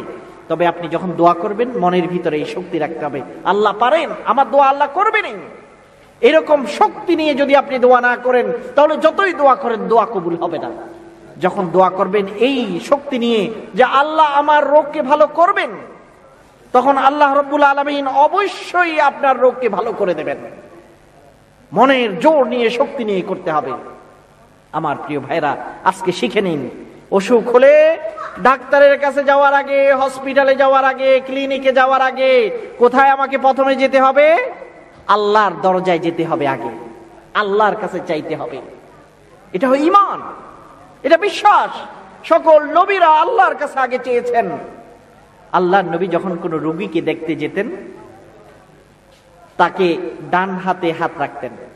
রোগীকে দেখতে যাওয়া সুন্নত। আপনার এলাকায় কেউ যদি অসুস্থ হয়, আপনার উচিত হলো তাকে দেখতে যাওয়া। কেউ যদি একজন রোগীকে দেখতে যায়, হাজার হাজার ফেরেশতা তার জন্য দোয়া করতে থাকে। সকাল বেলায় যদি যায়, বিকাল পর্যন্ত ফেরেশতারা দোয়া করে। রাতের বেলায়, বিকাল বেলায় গেলে সারা রাত তার জন্য দোয়া করতে থাকে। ফেরেশতা যদি দোয়া করে, নিশ্চয়ই আল্লাহ সেই দোয়াকে কবুল করবেন। এই জন্য এলাকায় কেউ অসুস্থ হলে আমরা অবশ্যই সেই রোগীকে দেখার জন্য যাব। আর রোগীকে যখন আমরা দেখতে যাব, তখন সুন্নত হলো অল্প সময় তার কাছে বসা, বেশিক্ষণ না। কারণ রোগীর অনেক কিছু দরকার হতে পারে, বেশিক্ষণ সবাই বসে থাকলে বিরক্ত হতে পারে। রোগী যেন বিরক্ত না হয়, কিছুক্ষণ বসবে। এবং আল্লাহ নবী তার গায়ে হাত দিতেন, ডান হাত রাখতেন অথবা ডান হাত ধরতেন আর দোয়া করতেন আল্লাহর কাছে, আল্লাহুম্মা রাব্বান নাস আযহিবিল বাস ইশফি আনতা শাফি লা শিফাআ ইল্লা শিফাউক শিফাআন লা ইউগাদিরু সাকামাক। এই দোয়াটা আল্লাহ নবী পড়তেন, যার অর্থ, হে আল্লাহ, হে আল্লাহ, তুমি শেফা দেওয়ার মালিক, রোগকে দূর করার ক্ষমতা তোমার আছে। তুমি যদি রোগকে দূর করো, তাহলে আর কোন রোগ মানুষকে স্পর্শ করতে পারে না। হে আল্লাহ, এই লোকের রোগটাকে দূর করে দাও, এমন ভাবে রোগকে দূর করে দাও যেন আর কোনো অসুস্থতা না থাকে। এই দোয়াটা পড়তেন। এটা হচ্ছে সবচেয়ে বড় হাদিয়া, এটা হচ্ছে সবচেয়ে বড় উপহার, যে আপনি একজন রোগীর হাতে হাত রেখে এই দোয়াটি পড়বেন, আল্লাহর কাছে দোয়া করবেন। আল্লাহ নবীর এই সুন্নত। রোগ হলে আগে আল্লাহর কাছে যেতে হবে। বিপদে পড়েছেন, সমস্যা, কোন পথ খুঁজে পাচ্ছেন না, আল্লাহ নবী বলেছেন তুমি বেশি করে আস্তাগফিরুল্লাহ পড়ো। আস্তাগফিরুল্লাহ ইন্নাল্লাহা গফুরুর রহিম, আস্তাগফিরুল্লাহ ইন্নাল্লাহা গফুরুর রহিম, আস্তাগফিরুল্লাহ ইন্নাল্লাহা গফুরুর রহিম। বেশি করে আল্লাহর কাছে মাপ চাও, হে আল্লাহ, আমি গুনাহ করছি, আমাকে মাফ করে দাও। যে ব্যক্তি বেশি বেশি আস্তাগফিরুল্লাহ দিনে পড়বে, আল্লাহ তার সব সমস্যাগুলো সমাধান করে দেবে। আল্লাহ ওয়াদা করেছে। আমাদের সবাই সমস্যা আছে, রোজগারের সমস্যা আছে, ব্যবসার সমস্যা আছে, জায়গা জমিনের সমস্যা আছে, রোগ বিরোগের সমস্যা আছে, ছেলে মেয়েদেরকে নিয়ে সমস্যা আছে, সবার কোনো না কোনো সমস্যা আছে। আর আল্লাহ রাব্বুল আলামিন আমাদেরকে পথ বলে দিয়েছেন, ইস্তাগফিরু রাব্বাকুম ইন্নাহু কানা গফফারা। তোমরা তোমার প্রভুর কাছে গুনাহ মাপ চাও। যখন তোমার প্রভুর কাছে গুনাহ মাপ চাবে, নিশ্চয়ই তিনি মাফ করে দেবেন এবং তোমাদের যত আর্থিক সমস্যা, নানা রকম সমস্যা আছে, সবগুলোকে সমাধান করে দেবেন। আস্তাগফিরুল্লাহ প্রতিদিন অন্তত পক্ষে 70 থেকে 100 বার আস্তাগফিরুল্লাহ পড়তে হবে। কতবার? 70 থেকে 100 বার আস্তাগফিরুল্লাহ, আস্তাগফিরুল্লাহ বেশি বেশি পড়বেন। প্রতি ফরজ নামাজের পরে সালাম ফিরিয়ে ইমাম যখন বলবে আসসালামু আলাইকুম ওয়া রাহমাতুল্লাহ, আসসালামু আলাইকুম ওয়া রাহমাতুল্লাহ, আল্লাহ নবীর সুন্নত হলো 3 বার বলা আস্তাগফিরুল্লাহ, আস্তাগফিরুল্লাহ, আস্তাগফিরুল্লাহ। আস্তাগফিরুল্লাহ মানে কি? হে আল্লাহ, আমি তোমার কাছে ক্ষমা চাই। প্রতি নামাজের পরে 3 বার করে আস্তাগফিরুল্লাহ বলা। প্রশ্ন জাগে যে নামাজ পড়লাম, ভালো কাজ করলাম, গুনাহ তো করি নাই, নামাজের পর পর কেন আস্তাগফিরুল্লাহ বলতে হয়? উত্তর হলো, নামাজ যেভাবে পড়া দরকার ছিল, যত মনোযোগ দিয়ে পড়া দরকার ছিল, আল্লাহ নবী যেভাবে নামাজ পড়েছেন আমরা পড়তে পারি নাই। এই জন্য আল্লাহর কাছে বলা, হে আল্লাহ, যেভাবে নামাজ পড়া দরকার ছিল পড়তে পারি নাই, মাফ করে দাও। আস্তাগফিরুল্লাহ, আস্তাগফিরুল্লাহ, আস্তাগফিরুল্লাহ, হে আল্লাহ মাফ করে দাও। সমস্যার সমাধান আল্লাহ করে দেবেন, আল্লাহ ওয়াদা করেছেন, আল্লাহ ওয়াদা করেছেন। আল্লাহ রাব্বুল আলামিন অসম্ভবকে তিনি সম্ভব করতে পারেন, কঠিনকে তিনি সহজ করতে পারেন, সহজকে তিনি কঠিন করে দিতে পারেন। সেই ক্ষমতা আল্লাহ রাব্বুল আলামিনের আছে। কাজেই আল্লাহর উপর বিশ্বাস রেখে আল্লাহর এই কাছে আমাদেরকে যেতে হবে এবং চাইতে হবে, আল্লাহ এই সমাধান করে দেবেন। সাহাবায়ে কেরাম যখন কোনো বিপদে পড়তেন, আল্লাহ নবী যখন কোনো আকাশে মেঘ দেখতেন, তখন তাড়াতাড়ি তিনি মসজিদে গিয়ে 2 রাকাত নামাজ আদায় করতেন, আল্লাহর কাছে প্রথমে চাইতেন। আমরা বিপদে পড়লে আল্লাহর কথা ভুলে যাই, এখানে ওখানে যাওয়া শুরু করি। কোন দুনিয়ার কোন শক্তি, কোন মানুষ মানুষের বিপদকে দূর করতে পারে না আল্লাহ ছাড়া। আল্লাহর এই কাছে চাইতে হবে। আল্লাহর কাছে যাওয়ার জন্য কোনো মাধ্যমের দরকার নেই, সরাসরি 2 রাকাত নামাজ পড়ে আমি আল্লাহর কাছে টেলিফোনে কথা বলতে পারি। অনেকে মনে করেন যে না, আমাকে মনে হয় ইমাম সাহেবের কাছে যেতে হবে, উনি আমার জন্য দোয়া করবেন। আমাকে মনে হয় এই মাজার ওই মাজারে যেতে হবে, আমাকে মনে হয় কোনো ডাক্তার কবিরাজের কাছে যেতে হবে। খ্রিস্টানরা মনে করে পাদ্রীর কাছে না গেলে গুনাহ মাফ হয় না, কিন্তু মুসলমানদের এরকম নয়। মুসলমানের সম্পর্ক, একজন বান্দার সম্পর্ক ডাইরেক্ট আল্লাহর সাথে, আল্লাহর সাথে। আল্লাহই আমাকে বিপদ থেকে বাঁচাবে, কোনো শক্তি নেই যে আমাকে বিপদ থেকে বাঁচাতে পারে। আল্লাহর উপর বিশ্বাস, অবিচল বিশ্বাস। ইমাম, উলামা, মাশায়েখ তারা হলো আমাদের শিক্ষক, তারা বলে দিবেন কিভাবে আল্লাহর কাছে চাইতে হবে, কিন্তু তারা ক্ষমা করতে পারেন না, তারা দিতে পারেন না। দেওয়ার একমাত্র ক্ষমতা আল্লাহ রাব্বুল আলামিনের। ছেলে হচ্ছে না, মেয়ে হচ্ছে না, আমরা কার কাছে যাব? আল্লাহর এই কাছে যাব। আল্লাহ বলছেন, ইয়াহাবু লিমান ইয়াশাউ ইনাসা, যাকে ইচ্ছা আল্লাহ তাকে শুধু মেয়ে দেন। অনেকের আছে শুধু মেয়ে, কোনো ছেলে নেই। ওয়া ইয়াহাবু লিমান ইয়াশাউ যুকুর, যাকে ইচ্ছা তাকে আল্লাহ শুধু ছেলে দেন, কোনো মেয়ে হয় না। এরকম সমাজে অনেক আছে না, ছেলে হচ্ছে মেয়ে নাই, শুধু মেয়ে হচ্ছে ছেলে নাই। আবার যাকে ইচ্ছা আল্লাহ রাব্বুল আলামিন ছেলেও দিচ্ছেন না, মেয়েও দিচ্ছেন না। আবার কাউকে আল্লাহ ছেলেও দেন, মেয়েও দেন, দুটো রকমের দেন। আল্লাহ বলেন, এটা আমার শক্তি, এটা আমার শক্তি, আমি করতে পারি, দুনিয়ার আর কেউ করতে পারে না। এটা আল্লাহর ক্ষমতা। কাজেই তোমার কিছু দরকার, আমার এই কাছে চাও। 5 বার আমরা নামাজে দাঁড়িয়ে এটাই আল্লাহকে বলি, ইয়াকা না'বুদু ওয়া ইয়াকা নাস্তাঈন। এই আয়াতটা কোন সূরাতে আছে? সূরা ফাতিহা, কোরআনের প্রথম সূরা। এবং প্রত্যেক রাকাতে রাকাতে আমরা এই কথা আল্লাহকে বলি। কি বলি আল্লাহকে? ইয়াকা না'বুদু ওয়া ইয়াকা নাস্তাঈন। হে আল্লাহ, তোমারই ইবাদত করব, হে আল্লাহ তোমারই কাছে সাহায্য চাবো, তুমি ছাড়া আর কারো কাছে সাহায্য চাবো না। আল্লাহ নবী তার একজন চাচাতো ভাই ছিলেন, তার নাম হলো আব্দুল্লাহ ইবনে আব্বাস। আব্দুল্লাহ ইবনে আব্বাস বয়স কম, আল্লাহ নবীর খুব খেদমত করতেন, সেবা করতেন। একদিন ভোর রাত্রে তাহাজ্জুদ নামাজ পড়ার জন্য আসছে। আল্লাহ নবী ঘুম থেকে উঠে দেখেন তার জন্য ওযুর পানির ব্যবস্থা করা, সবকিছু ব্যবস্থা। তখন দেখলেন কে এই ব্যবস্থা করলো, দেখা গেল আব্দুল্লাহ ইবনে আব্বাস এই ব্যবস্থা করছে, ছোট বাচ্চা।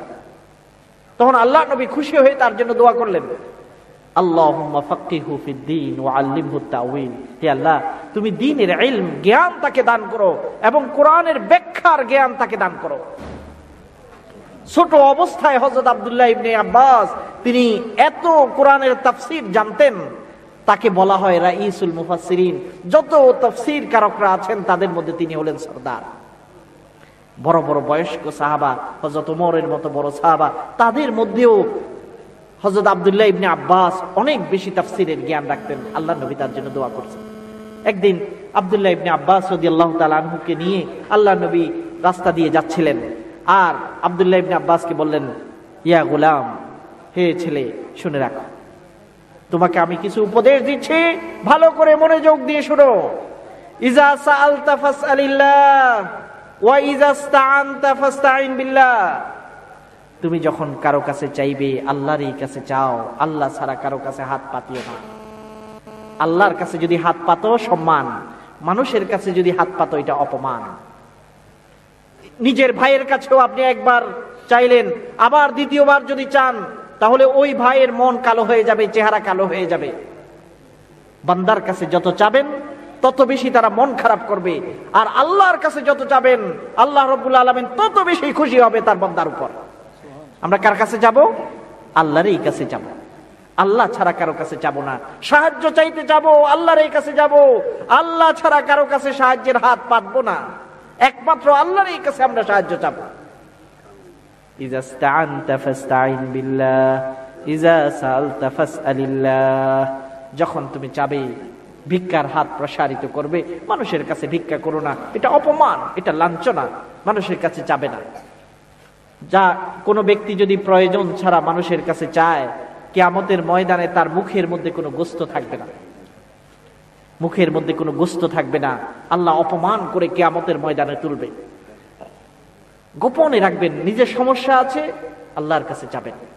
আল্লাহ নবী বলছে তোমার বাড়িতে যদি লবণ শেষ হয়ে যায়, মাঝে মাঝে লবণ শেষ হয়ে যায় না, পানি ভাত খাইতেছেন লবণ নাই, পানি ভাত খাওয়া যাচ্ছে না, আল্লাহ নবী বলছেন লবণের জন্য পাশের বাড়িতে কাউকে পাঠাইও না।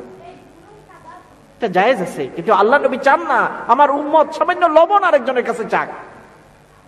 তোমার জুতার ফিতা ছিঁড়ে গেছে, সামান্য একটা জিনিস, আল্লাহ নবী বলেন তোমার জুতার ফিতার জন্য আল্লাহর কাছে চাও, বান্দার কাছে চাইও না।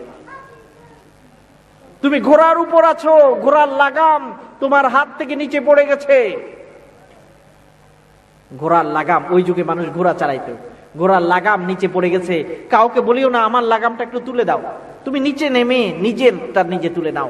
আরেকজনের কাছে চাইলে অপমান। ছোট জিনিসও তুমি আরেকজনের কাছে চাইও না, আল্লাহরই কাছে চাও। ইসলাম কত সৌন্দর্য আমাদেরকে দিয়েছে। একজন লোক আসলো, এসে বলল ইয়া রাসূলুল্লাহ আমাকে একটু ভিক্ষা দেন, আমার তো পয়সা নেই। আল্লাহ নবী বলছেন তোমার তো গায়ে শক্তি আছে, বাড়িতে কি আছে তোমার? সে বলল ইয়া রাসূলুল্লাহ বাড়িতে একটা পেয়ালা ছাড়া আর কিছু নেই, একটা পেয়ালা। বলছে নিয়ে আসো। পেয়ালাটা যখন আনলো, সাহাবায়ে কেরামদেরকে আল্লাহ নবী বললেন এই পেয়ালাটা কে আমার থেকে নিবে?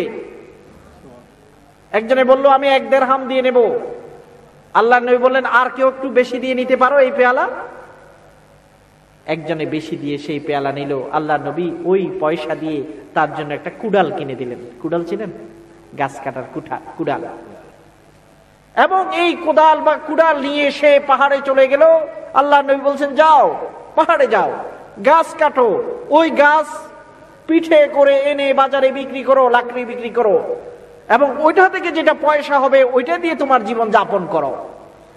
কয়েকদিন পর দেখা গেল সে পরিশ্রম করছে, গাছ বিক্রি করছে বাজারে, এবং সেভাবে আল্লাহ তাআলা তাকে অনেক অনেক টাকা পয়সার মালিক করে দিয়েছেন, আর মানুষের কাছে ভিক্ষা করে নাই।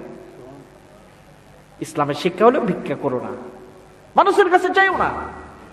আমি মানুষের কাছে না চাইলে তখন মানুষের মনের মধ্যে আল্লাহ সম্মান, আমার সম্মান মানুষের মনের মধ্যে আল্লাহ দিয়ে দেবেন। আর আমি যদি মানুষের কাছে চাই আমি ছোট হয়ে যাব, অপমানিত হব। নিজের ভাইয়ের কাছেও নিজের দুঃখের কথা, কষ্টের কথা আমি বলবো না, আমি আল্লাহর কাছে বলবো। আল্লাহ আমার জন্য ব্যবস্থা করবে, আমি নিজেই চেষ্টা করব, আল্লাহ আমার জন্য পথ খুলে দেবেন। এটা হলো ঈমান, এটা হলো মুসলমানের চরিত্র। মুসলমান যখন এই চরিত্র হারিয়ে ফেলে, টাকা আছে কিছু হলেও আছে, তারপরেও একজন পয়সাওয়ালা দেখলে, লন্ডনে দেখলে তার কাছে খুঁজে। কেন তোমাকে তুমি ছোট করো? আল্লাহকে চাও। আল্লাহর কাছে কয়বার তুমি চেয়েছো?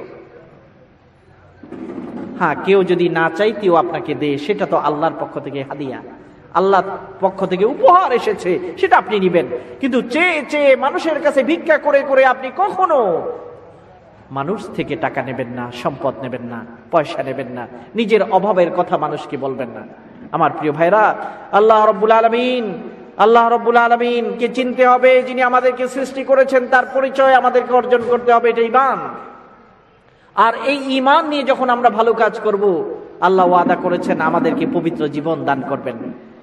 মান আমিলা সালিহাম মিন যাকারিন আও উনসা ওয়া হুয়া মুমিনুন ফালানাহইয়ান্নাহু হায়াতান তাইয়্যিবা। ভালো কাজ করতে হবে। আমি সংক্ষেপে ভালো কাজ কয়েকটার কথা বলি, মনে রাখবেন। এবং কালকে থেকে সেই আমল শুরু করবেন। ভালো কাজ, নামাজের কথা বললাম, মুসলমানের জন্য নামাজ এত গুরুত্বপূর্ণ। একজন মানুষ, আল্লাহ নবী বললেন, তোমরা কি এমন কোন মানুষ দেখেছো যার মাথা নেই? সাহাবায়ে কেরাম বললেন, ইয়া রাসূলুল্লাহ, এমন মানুষ আছে, এমন মানুষ আছে যার হাত নাই, যার পা নাই, যার চোখ নাই, কিন্তু এমন মানুষ তো দেখি নাই যার মাথা নাই। আপনারা কি মাথা ছাড়া কোনো মানুষ দেখছেন কখনো, যে গলা থেকে উপরের দিকে নাই, এরকম কোনো মানুষ কি দেখা যায়? কিন্তু হাত ছাড়া মানুষ দেখবেন, পা ছাড়া মানুষ দেখবেন। একজন লোক রাস্তার মধ্যে ভিক্ষা করছে, তার দুই হাত নাই, এতটুকু নাই, পাও অর্ধেক নাই, পেয়ালাটাকে বগলের নিচে নিয়ে ভিক্ষা করছে। তখন তাকে জিজ্ঞাসা করা হলো, ভাই তোমার পা নাই, হাতও দুইটা নাই, পয়সাও নাই যে ঘরে বসে আরামে খাবে, মানুষের কাছে ভিক্ষা করছো পেয়ালা বগলের নিচে নিয়ে, এই অবস্থায় আল্লাহর উপর কি তুমি রাজি আছো? এই অবস্থায় তুমি কি সন্তুষ্ট আছো? তোমার মতামত কি? ওই ফকিরটা খুব সুন্দর একটা কথা বলেছে, আমার খুব চমৎকার লাগে। ফকিরটা বলল, আমার দুই পা নাই ঠিক আছে, আমার দুই হাত নাই এটাও ঠিক আছে, কিন্তু আল্লাহ যদি আমাকে চোখও দুইটা না দিতেন তাহলে আমি কি করতাম? আল্লাহ যদি আমাকে জিহ্বা না দিতেন আমি কথা কিভাবে বলতাম? বোবা থাকলে, কানে না শুনলে? আমার হাত পা নাই ঠিক আছে, কিন্তু আমি তো চোখ দিয়ে দেখতে পারি, আমি তো কান দিয়ে শুনতে পারি, আমি তো মুখ দিয়ে বলতে পারি। এত নেয়ামত যে আল্লাহ তাআলা আমাকে দিয়েছেন, এর চেয়ে বড় শুকরিয়া, এটার শুকরিয়া আদায় কিভাবে করব এটা তো আমি জানি না, শুকরিয়া আদায় করে আমি শেষ করতে পারছি না। আল্লাহর এক একটি নিয়ামতের কথা যদি আমরা কল্পনা করি, আল্লাহর এক একটি নিয়ামতের কথা যদি আমরা চিন্তা করি, কখনো আমরা শেষ করতে পারবো না। এই জন্য আল্লাহর দরবারে আল্লাহ নবী বললেন, মাথা ছাড়া কোনো মানুষ নাই। একইভাবে নামাজ ছাড়া কোনো মুমিন মুসলমান হইতে পারে না। নামাজ ছাড়া কোনো মুমিন মুসলমান হতে পারে না। মান তারাকাস সালাতা মুতাআম্মিদান ফাকাদ কাফারা। আল্লাহ নবী বলে, ইচ্ছাকৃতভাবে কোনো কারণ নেই, তার শরীর সুস্থ, মসজিদে গিয়ে নামাজ আদায় করতে পারে, নামাজের ওয়াক্ত হয়েছে, তারপরেও সে নামাজ আদায় করলো না, আল্লাহ নবী বলেন তার মাথা নাই। মাথা ছাড়া যেমন মানুষ হতে পারে না, নামাজ ছাড়া কোনো ঈমানদারও হতে পারে না। নাউজুবিল্লাহ। কত হাজার হাজার মানুষ মসজিদের পাশে বসে ব্যবসা করছে, কথা বলছে, মানুষ নামাজের আজান হয়েছে, আল্লাহ ডাকছে তাকে, হাইয়া আলাস সালাহ, হাইয়া আলাল ফালাহ, আসো নামাজের দিকে, আসো সাফল্যের দিকে, কিন্তু মসজিদে আল্লাহর ডাকে সাড়া দিল না। এই জন্য আল্লাহর পক্ষ থেকে আমরা সাহায্য পাবো না, আল্লাহর পক্ষ থেকে সাহায্য পাবো না। অমুসলিম দেশে, যেখানে অমুসলিমরা ইসলাম কবুল করে অফিসের টাইমেও নামাজ আদায় করছে, জোহরের নামাজ, কলেজ, বিশ্ববিদ্যালয়ে, ইউনিভার্সিটি অফ লন্ডন বলেন, অক্সফোর্ড ইউনিভার্সিটি, সব জায়গায় নামাজের ব্যবস্থা আছে, জোহরের সময় গিয়ে ছেলে মেয়েরা নামাজ আদায় করছে। আর মুসলমান দেশে থেকে, যেখানে সব দিক থেকে আজানের আওয়াজ, ওই জায়গায় থেকে যদি আমি নামাজ না পড়ি, তাহলে আল্লাহ তো আমার উপর বড় নারাজ হয়ে যাবেন। এত সুযোগ তোমাকে করে দিলাম। আমাদের মসজিদে ফজরের নামাজ পড়ার জন্য গাড়িতে করে কয়েক মাইল দূর থেকে লোক আসে ফজরের নামাজ পড়ার জন্য। আপনার বাড়ির কয়েক কদম পরে মসজিদ, কিন্তু ফজরের আজান মুয়াজ্জিন জোরে মাইকে দিচ্ছে, ওই দেশে মাইকে জোরে আজান দেওয়া হয় না। তারপরেও মানুষ গাড়ি করে দূরে গিয়ে নামাজ আদায় করে, আর আপনি এখানে কাছে মসজিদ আছে, তারপরেও সেখানে আপনি নামাজ আদায় করছেন না। আল্লাহর কাছে কি জবাব দেবেন? 2 নাম্বার, আল্লাহর নির্দেশ নামাজ যেভাবে আদায় করতে হবে, বান্দার প্রতি যে অধিকার, ওই অধিকার আদায় করতে হবে। আল্লাহ কিয়ামতের ময়দানে জিজ্ঞাসা করবেন, আপনার স্ত্রীর সাথে কিভাবে ব্যবহার করলেন, আল্লাহ জিজ্ঞাসা করবেন। স্ত্রীকে যদি অপ্রয়োজনে গালিগালাজ করেন, রাগ হয়ে যান, কষ্ট দেন, আল্লাহর আদালতে আপনাকে ডাকা হবে, জবাব দিতে হবে। আল্লাহ নবী বিদায় হজের ময়দানে বলেছেন, ইয়া আইয়ুহান নাস, হে মানুষেরা, তোমাদেরকে আমি বলছি, ইত্তাকুল্লাহা ফি নিসাইকুম, তোমাদের স্ত্রীদের ব্যাপারে আল্লাহকে ভয় করো। কিয়ামতের ময়দানে তোমার স্ত্রীর সাথে কি আচরণ করেছো, ব্যবহার করেছো, আল্লাহর আদালতে কিয়ামতের ময়দানে তোমাদেরকে জিজ্ঞাসা করা হবে। আপনি মনে করেছেন এটা আমার স্ত্রী, যা ইচ্ছা তাই তাকে বলতে পারবো, না, তার মনে কষ্ট দেয়া যাবে না, তার দায়িত্বের বাইরে তার উপর কাজ চাপিয়ে দেওয়া যাবে না, তার যেটা অধিকার সেটা তাকে দিতে হবে। আবার স্ত্রীকেও আল্লাহ আদালতে কোর্টের মধ্যে তুলবেন। ওই মহিলা, যে মহিলা তার স্বামীর কথা শুনে নাই, স্বামীরকে সম্মান দেয়নি, স্বামীর অধিকার পালন করেনি, সে মহিলাকেও আল্লাহ রাব্বুল আলামিন আদালতে তুলবেন। কোর্টে দাঁড়াতে হবে, কোর্টে দাঁড়াতে হবে। আল্লাহ নবী বলেন, তোমাদের মধ্যে ভালো মানুষ ওই ব্যক্তি যে ব্যক্তি তার স্ত্রীর সাথে ভালো, সে আল্লাহর কাছেও ভালো। স্ত্রী আপনার ভিতরের খবর জানে। অনেক মানুষ বাইরে ভালো কিন্তু ভিতরে ভালো না। স্ত্রী জানে ভিতরের অবস্থা। আর আল্লাহ নবী এই কথাও বলেছেন, তোমার স্বামী যদি তোমার উপর রাজি থাকে, আল্লাহ তোমার উপর রাজি থাকবেন। স্বামী যদি রাজি না থাকে, আল্লাহ রাজি থাকবে না। তাহলে একজন মহিলাকে তার স্বামীকে রাজি করতে হবে। একইভাবে আমার অধিকার আমার সন্তানদের প্রতি, ছেলে মেয়েদেরকে সুন্দর চরিত্র শিখাতে হবে, সুন্দর শিক্ষা দিতে হবে, তাদের প্রয়োজনগুলো পূরণ করতে হবে, তাদেরকে মুমিন মুসলমান করে গড়ে তুলতে হবে। আমার ছেলে আমার মেয়ে কোরআনের ভাষা অনুযায়ী আদালতে দাঁড়িয়ে আল্লাহকে বলবে, রব্বানা ইন্না আতা'না সাদাতানা ওয়া কুবারা'না ফাদাল্লুনা আস-সাবিলা রব্বানা আতিহিম দি'ফাইনি মিনাল আযাব ওয়ালআনহুম লা'নান কাবীরা। হে আল্লাহ, দুনিয়ার বুকে আমার মা বাবার কথা মতো চললাম, তারা আমাকে নামাজ শিখায় নাই। হে আল্লাহ, আমার মা বাবা আমাকে চরিত্র শিখায় নাই, আমার মা বাবা আমাকে আল্লাহ চিনাই নাই। যদি চিনাইতেও তাহলে আজকে আমার জাহান্নামে আসতে হতো না। হে আল্লাহ, তোমার কাছে ফরিয়াদ করছেন, আতিহিম দি'ফাইনি মিনাল আযাব। হে আল্লাহ, তাদেরকে ডবল শাস্তি দাও, আমার মা বাপকে ডবল শাস্তি দাও। আপনার ছেলে আল্লাহকে বলবে ডবল শাস্তি দিতে আপনাকে। আপনার ছেলে আপনার মেয়ে মায়ের বিরুদ্ধে আদালতে বলবে তাদেরকে ডবল শাস্তি দাও। আল্লাহ তাআলা ডবল শাস্তি দেবেন যদি আমি তাদের অধিকার আদায় না করি। অনেকে নামাজ আদায় করে কিন্তু ছেলে মেয়ের খোঁজ খবর রাখে না। তারা যে নামাজ পড়ে না তাদেরকে একটু বলেও না যে তুমি নামাজ পড়ো, তাদেরকে একটু বুঝায় না যে তুমি নামাজ পড়ো। একইভাবে আমার যারা মা বাবা আছে তাদের প্রতি আমার দায়িত্ব আছে। আমার জান্নাত আমার মায়ের পায়ের নিচে। মায়ের খেদমত যদি আমি না করি তাহলে আমার মুখ দিয়ে কলিমা বের হবে না মৃত্যুর সময়। আল্লাহ নবী একজন সাহাবীকে দেখতে গেলেন, তিনি অসুস্থ, মারা যাওয়ার একটু আগে। তখন তাকে বললেন, লা ইলাহা ইল্লাল্লাহ মুহাম্মাদুর রাসূলুল্লাহ। কারণ মৃত্যুর সময় যদি কেউ কলিমা পড়ে, আল্লাহ নবী বলেছেন, মান কানা আখিরু কালামিহি লা ইলাহা ইল্লাল্লাহ দাখালাল জান্নাহ। যার শেষ কথা এই কথা বলে দুনিয়া থেকে বিদায় নিতে পারবে, লা ইলাহা ইল্লাল্লাহ, সে জান্নাতে প্রবেশ করবে। সুবহানাল্লাহ। শেষ কথা কি বলতে হবে? লা ইলাহা ইল্লাল্লাহ, লা ইলাহা ইল্লাল্লাহ, লা ইলাহা ইল্লাল্লাহ। যত বেশি পড়বেন মৃত্যুর সময় অটোমেটিক মুখ দিয়ে লা ইলাহা ইল্লাল্লাহ বাইরে হবে। দুনিয়াতে যদি আমরা না পড়ি, জীবনে যদি না পড়ি, বেশি বেশি জিকির না করি, মৃত্যুর সময় সহজে লা ইলাহা ইল্লাল্লাহ মুখ দিয়ে বের হবে না।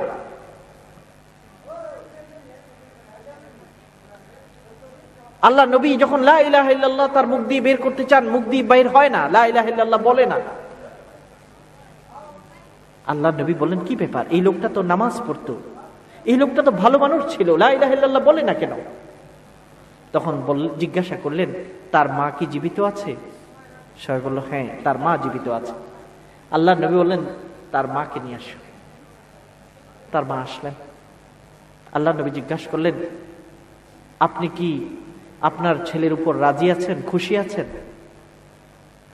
মহিলা বলল, মা বলল, না, আমি রাজি নাই। জিজ্ঞাসা করলেন, কি ব্যাপার, কেন রাজি নেই? তখন তিনি বললেন, আমার ছেলে বিয়ে করার পর আমার কথা ভুলে গেছে।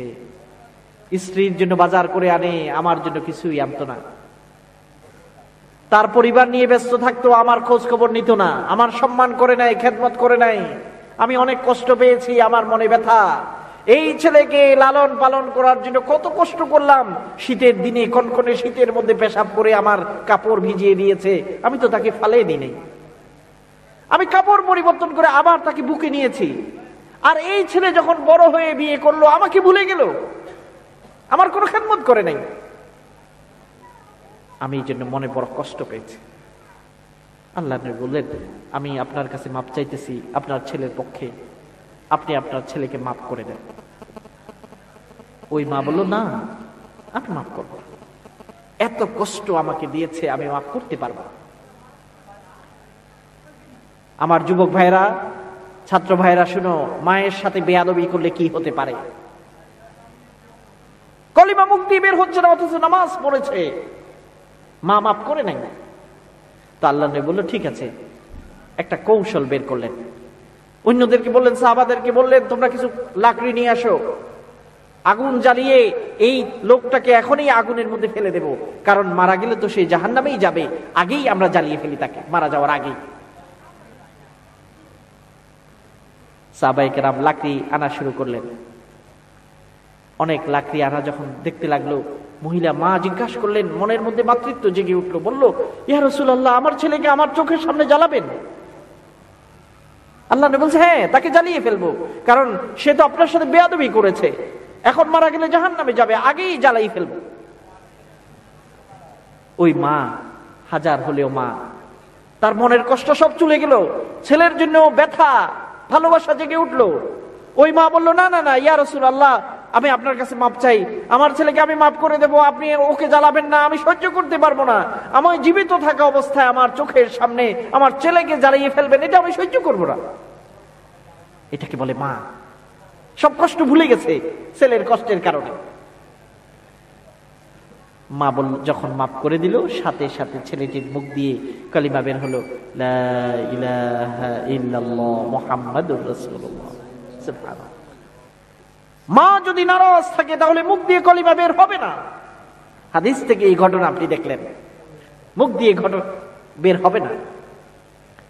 বাবা, আমাদের যাদের বাবা জীবিত আছে, অনেক বড় নিয়ামত। আল্লাহ নবী বলেছেন, বাবা যদি তোমার জন্য দোয়া করে, 3 জনের দোয়াকে আল্লাহ ফিরিয়ে দেন না, কবুল করেন।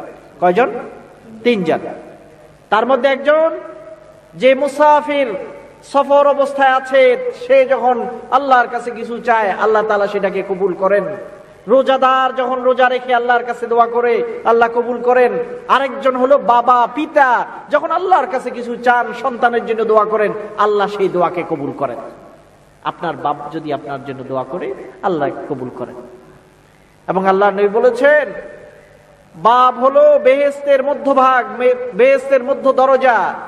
বাপের খেদমত যদি তুমি না করো, বাবার খেদমত না করো, তাহলে মধ্য দরজা দিয়ে প্রবেশ করে ভিতরে প্রবেশ করতে পারবে না। বাবার খেদমত করতে হবে। যে ব্যক্তি মা বাবা 2 জনকে অথবা একজনকে বৃদ্ধ অবস্থায় পেল, অথচ খেদমত করলো না, জান্নাত কামাইতে পারলো না, আল্লাহ নবী কি করেছেন? মিম্বারে দাঁড়িয়ে বলেছেন আমিন, দ্বিতীয় মিম্বারে দাঁড়িয়ে বলেছেন আমিন, তৃতীয়বার বলেছেন আমিন। তার কারণ হলো ওই ব্যক্তির জন্য বদদোয়া। জিবরিল আলাইহিস সালাম এসে বদদোয়া করলো যে মা বাবা 2 জন অথবা যে কেউ একজন কি বৃদ্ধ অবস্থায় পেল, অথচ আল্লাহকে রাজি করতে পারে নাই, আল্লাহ রাব্বুল আলামিন তাকে যেন ধ্বংস করে। আল্লাহ নবী বলছেন আমিন, হে আল্লাহ কবুল করে নাও। ধ্বংস হয়ে যাবে দুনিয়ার বুকেই। মা বাবার সাথে কেউ বেয়াদবি করলে তার শাস্তি এই দুনিয়াতেই পাবে। আল্লাহ নবী বলেন, তুমি কি বেশি লম্বা হায়াত চাও, অনেকদিন বাঁচতে চাও? তুমি কি চাও যে তোমার রিজিকের মধ্যে, টাকা পয়সার মধ্যে বরকত হোক? তাহলে তুমি 2টা কাজ করো, মা বাবার সাথে সুন্দর ব্যবহার করো, আর তোমার যারা আত্মীয় স্বজন আছে তাদের সাথে সুন্দর ব্যবহার করো। তাহলে তোমাকে 2টা জিনিস আল্লাহ দেবেন, হায়াতকে বড় করে দেবেন, বাড়িয়ে দেবেন, এবং তোমার রিজিকের মধ্যে আল্লাহ বরকত দান করবেন। ভালো আমল, এই ভালো আমলগুলো আমার জীবনকে শান্তি দিবে। অনেকের পয়সা আছে, আত্মীয় স্বজনের খোঁজ নেয় না, ভাই বোনের খোঁজ নেয় না, আরেকজনের জন্য দিতে চায় না। আল্লাহ রাব্বুল আলামিন তার হায়াত কমিয়ে ফেলবেন। টাকা পয়সা থেকেও যে শুধু নিজের জন্য ব্যবহার করে, নিজের ভাই বোন, খালা চাচা মামা এদের খোঁজ খবর নেয় না, তারা দরিদ্র গরিব, আল্লাহ তাআলা তার হায়াতকে কমিয়ে দেবেন, হায়াতে বরকত দেবেন না, সম্পদগুলোতে বরকত আল্লাহ দেবেন না। এই জন্য যাদের সম্ভব আপন জন, আত্মীয় স্বজন, তাদের খোঁজ খবর নেবেন। সব শেষে একটা কথা বলি, আমি মুসলমান হতে পারবো না যতক্ষণ পর্যন্ত আমার কথা এবং কাজ দ্বারা আরেকজন নিরাপদ না হয়। আমার কথা এবং কাজ দ্বারা যদি আমি আরেকজনকে কষ্ট দিই, আমি মুসলমান হতে পারবো না। গালি দেওয়া যাবে না, মিথ্যা কথা বলা যাবে না, মানুষের পরনিন্দা, সমালোচনা, গীবত করা যাবে না। আল্লাহ নবী বলছেন, তোমার জিহ্বাকে যদি হেফাজত করো তাহলে আমি তোমার জন্য জান্নাতের গ্যারান্টি দেব। জিহ্বা দিয়ে আমরা মানুষকে কষ্ট দিই, কথা মস্কারি করেও মানুষকে কষ্ট দিয়ে ফেলবে। যেই মস্কারি করলে, ঠাট্টা করলে আরেকজন কষ্ট পাবে, ওই রকম ঠাট্টা করা জায়েজ নাই। দুইজন চারজন বসছেন, আরেকজনের বিরুদ্ধে কথা বলা শুরু করলেন, আরেকজনের খারাপ কথা বলতে লাগলেন, যেটা সে শুনলে মনে কষ্ট পাবে, তাহলে এটাকে বলা হয় গীবত। আল্লাহ রাব্বুল আলামিন সূরা হুজুরাতে বলে, ওয়ালা ইয়াগতাব বা'দুকুম বা'দা, একজন আরেকজনের সমালোচনা করো না। সমালোচনা করার মানে হলো আরেকজন মুসলমান ভাইয়ের গোশত খাওয়া, একই সমান। কেউ মানুষের গোশত খায়? গোশত খাওয়া যেমন নিকৃষ্ট, নিন্দনীয়, আরেকজনের গীবত করা সেরকম নিন্দনীয়। জিহ্বাকে হেফাজত করব এবং হাত দ্বারা কাউকে কষ্ট দিব না। কারো গায়ে অন্যায় ভাবে, নিজের ছেলের গায়েও অন্যায় ভাবে হাত তুলব না, মারবো না। নিজের স্ত্রীর গায়ে হাত তুলব না, অন্য কাউকে হাত দিয়ে মারবো না, জুলুম করব না, পা দিয়ে জুলুম করব না। আল্লাহ নবী বলেন, এটা যদি করতে পারো তুমি মুসলমান, এটা যদি তুমি করতে না পারো তাহলে তুমি মুসলমান হতে পারবে না। আজকের এই মাহফিল থেকে আমরা এই কথাগুলো শিখে নিই। এই নীতির কথাগুলো যদি আমরা শিখে যাই, আমাদেরকে আল্লাহ এমন একটা জীবন দিবে। আল্লাহ নিজেই বলেছেন, নিশ্চয়ই আমি গ্যারান্টি দিচ্ছি তোমার জীবন হবে পবিত্র জীবন, সুন্দর জীবন।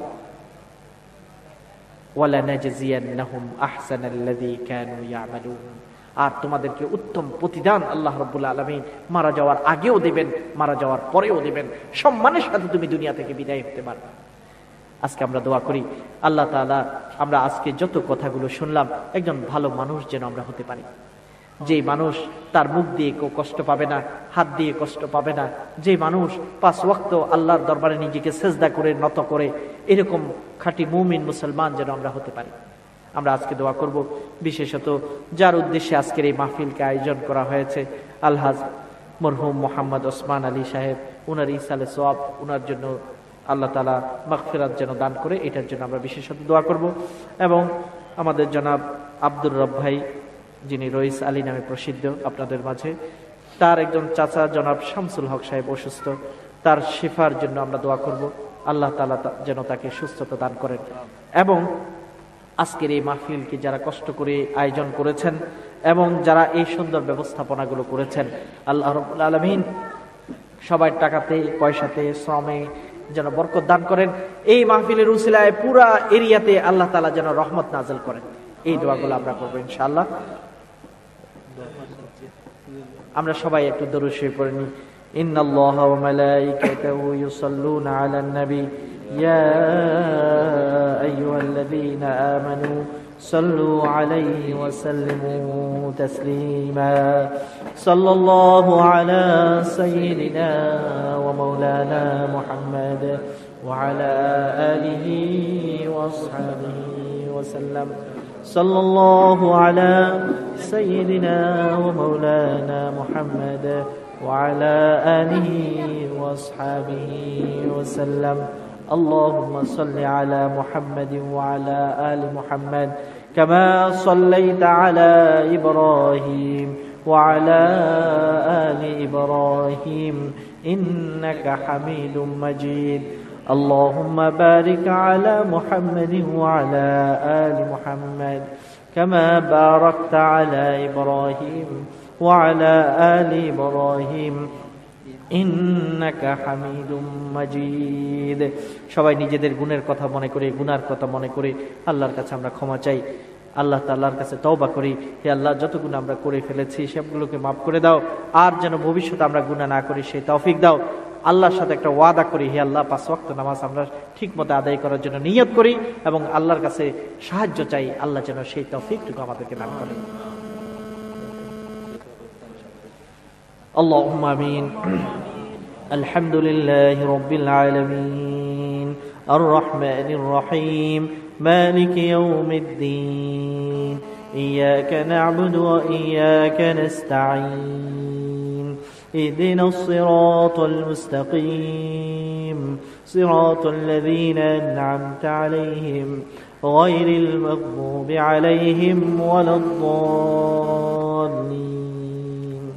آمين والصلاة والسلام على سيد الأنبياء والمرسلين وعلى آله وأصحابه أجمعين ربنا ظلمنا أنفسنا وإن لم تغفر لنا وترحمنا لنكونن من الخاسرين ربنا آتنا في الدنيا حسنة وفي الآخرة حسنة وقنا عذاب النار رب ارحمهما كما ربياني صغيرا رب ارحمهما كما ربياني صغيرا ইয়া রাব্বাল আলামিন রাত 10টা বেজে গেছে আল্লাহ এতক্ষণ পর্যন্ত কোরআন ও সুন্নাহর কথা বলার জন্য শোনার জন্য আমরা এখানে বসে আছি আল্লাহ ইয়া আল্লাহ কনকনে ঠান্ডার রাত্র ইয়া আল্লাহ শীতের রাত্র ইয়া আল্লাহ উপর দিয়ে টপ টপ করে কুয়াশার পানি ঝরছে আল্লাহ এরপরেও তোমার বান্দারা ইয়া আল্লাহ উঠে যায়নি ইয়া আল্লাহ ইয়া আল্লাহ তারা তো কোনো গায়কের গান শোনার জন্য আসে নাই কোনো নায়কের নাটক দেখার জন্য আসে নাই আল্লাহ তোমার কথা শোনার জন্য আসছে আল্লাহ ইয়া রাব্বাল আলামিন আজকের এই মাহফিলকে তুমি কবুল করে নাও ইয়া আল্লাহ এই মাহফিলের উসিলায় আল্লাহ আমরা যারা হাত তুলেছি গুনাহকে maaf করে দাও ইয়া আল্লাহ সবগুলো গুনাহকে আল্লাহ তুমি maaf করে দাও ইয়া আল্লাহ ইয়া রাব্বাল আলামিন আল্লাহ তুমি যদি গুনাহ maaf না করো কার কাছে যাব ইয়া আল্লাহ ইয়া আল্লাহ আমাদের তো আর কোনো রব নাই আর কোনো প্রভু নাই আল্লাহ তোমার এই দরবারে এসেছি আল্লাহ মেহেরবানি করে আমাদের সবাইয়ের গুনাহকে maaf করে দাও ইয়া আল্লাহ যেসব মা বোনেরা ইয়া আল্লাহ এই মুনাজাতে শরীক হয়েছেন সবাই গুনাহকে maaf করে দাও ইয়া আল্লাহ আজকের এই মাহফিল যেই মরহুমের জন্য আয়োজন করা হয়েছে আল্লাহ ইয়া আল্লাহ জনাব ওসমান আলীর জন্য ইয়া আল্লাহ তুমি মেহেরবানি করে তার কবরে আযাবকে maaf করে দাও ইয়া আল্লাহ কবরকে জান্নাতের বাগান করে দাও ইয়া আল্লাহ ইয়া আল্লাহ যারা বিদেশে আছেন সুখের জীবন চাই সম্মানের জীবন চাই আল্লাহ আমাদেরকে সুখ এবং সম্মানের জীবন দান করো ইয়া আল্লাহ ইয়া আল্লাহ আমাদের মধ্যে অনেক বয়স্ক মুরব্বীরা বসে আছেন ইয়া আল্লাহ এত শীতের রাতে ইয়া আল্লাহ তুমি তাদের জীবনকে সুন্দর করে দাও ইয়া আল্লাহ তাদের হায়াতের মধ্যে বরকত দাও ইয়া আল্লাহ যত অসুস্থরা আছেন ইয়া আল্লাহ সবাই রোগকে দূর করে দাও ইয়া আল্লাহ ইয়া আল্লাহ কোনো ডাক্তার শিফা দিতে পারে না ইয়া আল্লাহ কোনো কবিরাজ সেবা দিতে পারে না ইয়া আল্লাহ ইয়া আল্লাহ কারো ক্ষমতা নাই আল্লাহ তুমি ছাড়া ইয়া আল্লাহ রোগ তোমার পক্ষ থেকে আসে আল্লাহ তুমিও শিফা দান করো ইয়া আল্লাহ ইয়া আল্লাহ আমাদের সবাইকে যারা অসুস্থ সবাইকে শিফা দান করো ইয়া আল্লাহ ইয়া আল্লাহ সবার মনের মধ্যে অনেক নিয়ত ভালো নিয়ত আছে আল্লাহ যার মনের মধ্যে যত ভালো নিয়তগুলো আছে আল্লাহ সেগুলোকে পূরণ করার তৌফিক দান করে আল্লাহ ইয়া আল্লাহ যে যে সমস্যা আছে আল্লাহ মেহেরবানি করে আল্লাহ আমাদের সবাই সমস্যাগুলো সমাধান করে দেয় আল্লাহ ছেলে মেয়ে নিয়ে অনেকের সমস্যা আছে আল্লাহ ছেলে মেয়ের বিয়ে শাদী হচ্ছে না এরকম সমস্যা আছে আল্লাহ লোন আছে যাদের আল্লাহ আল্লাহ কর্জ নিয়ে অনেকের সমস্যা আছে আল্লাহ ইয়া রাব্বাল আলামিন জায়গা জমি নিয়ে সমস্যা আছে আল্লাহ যে যত রকমের সমস্যার মধ্যে আছে আল্লাহ মেহেরবানি করে সকল সমস্যাগুলো সমাধান করে দাও আল্লাহ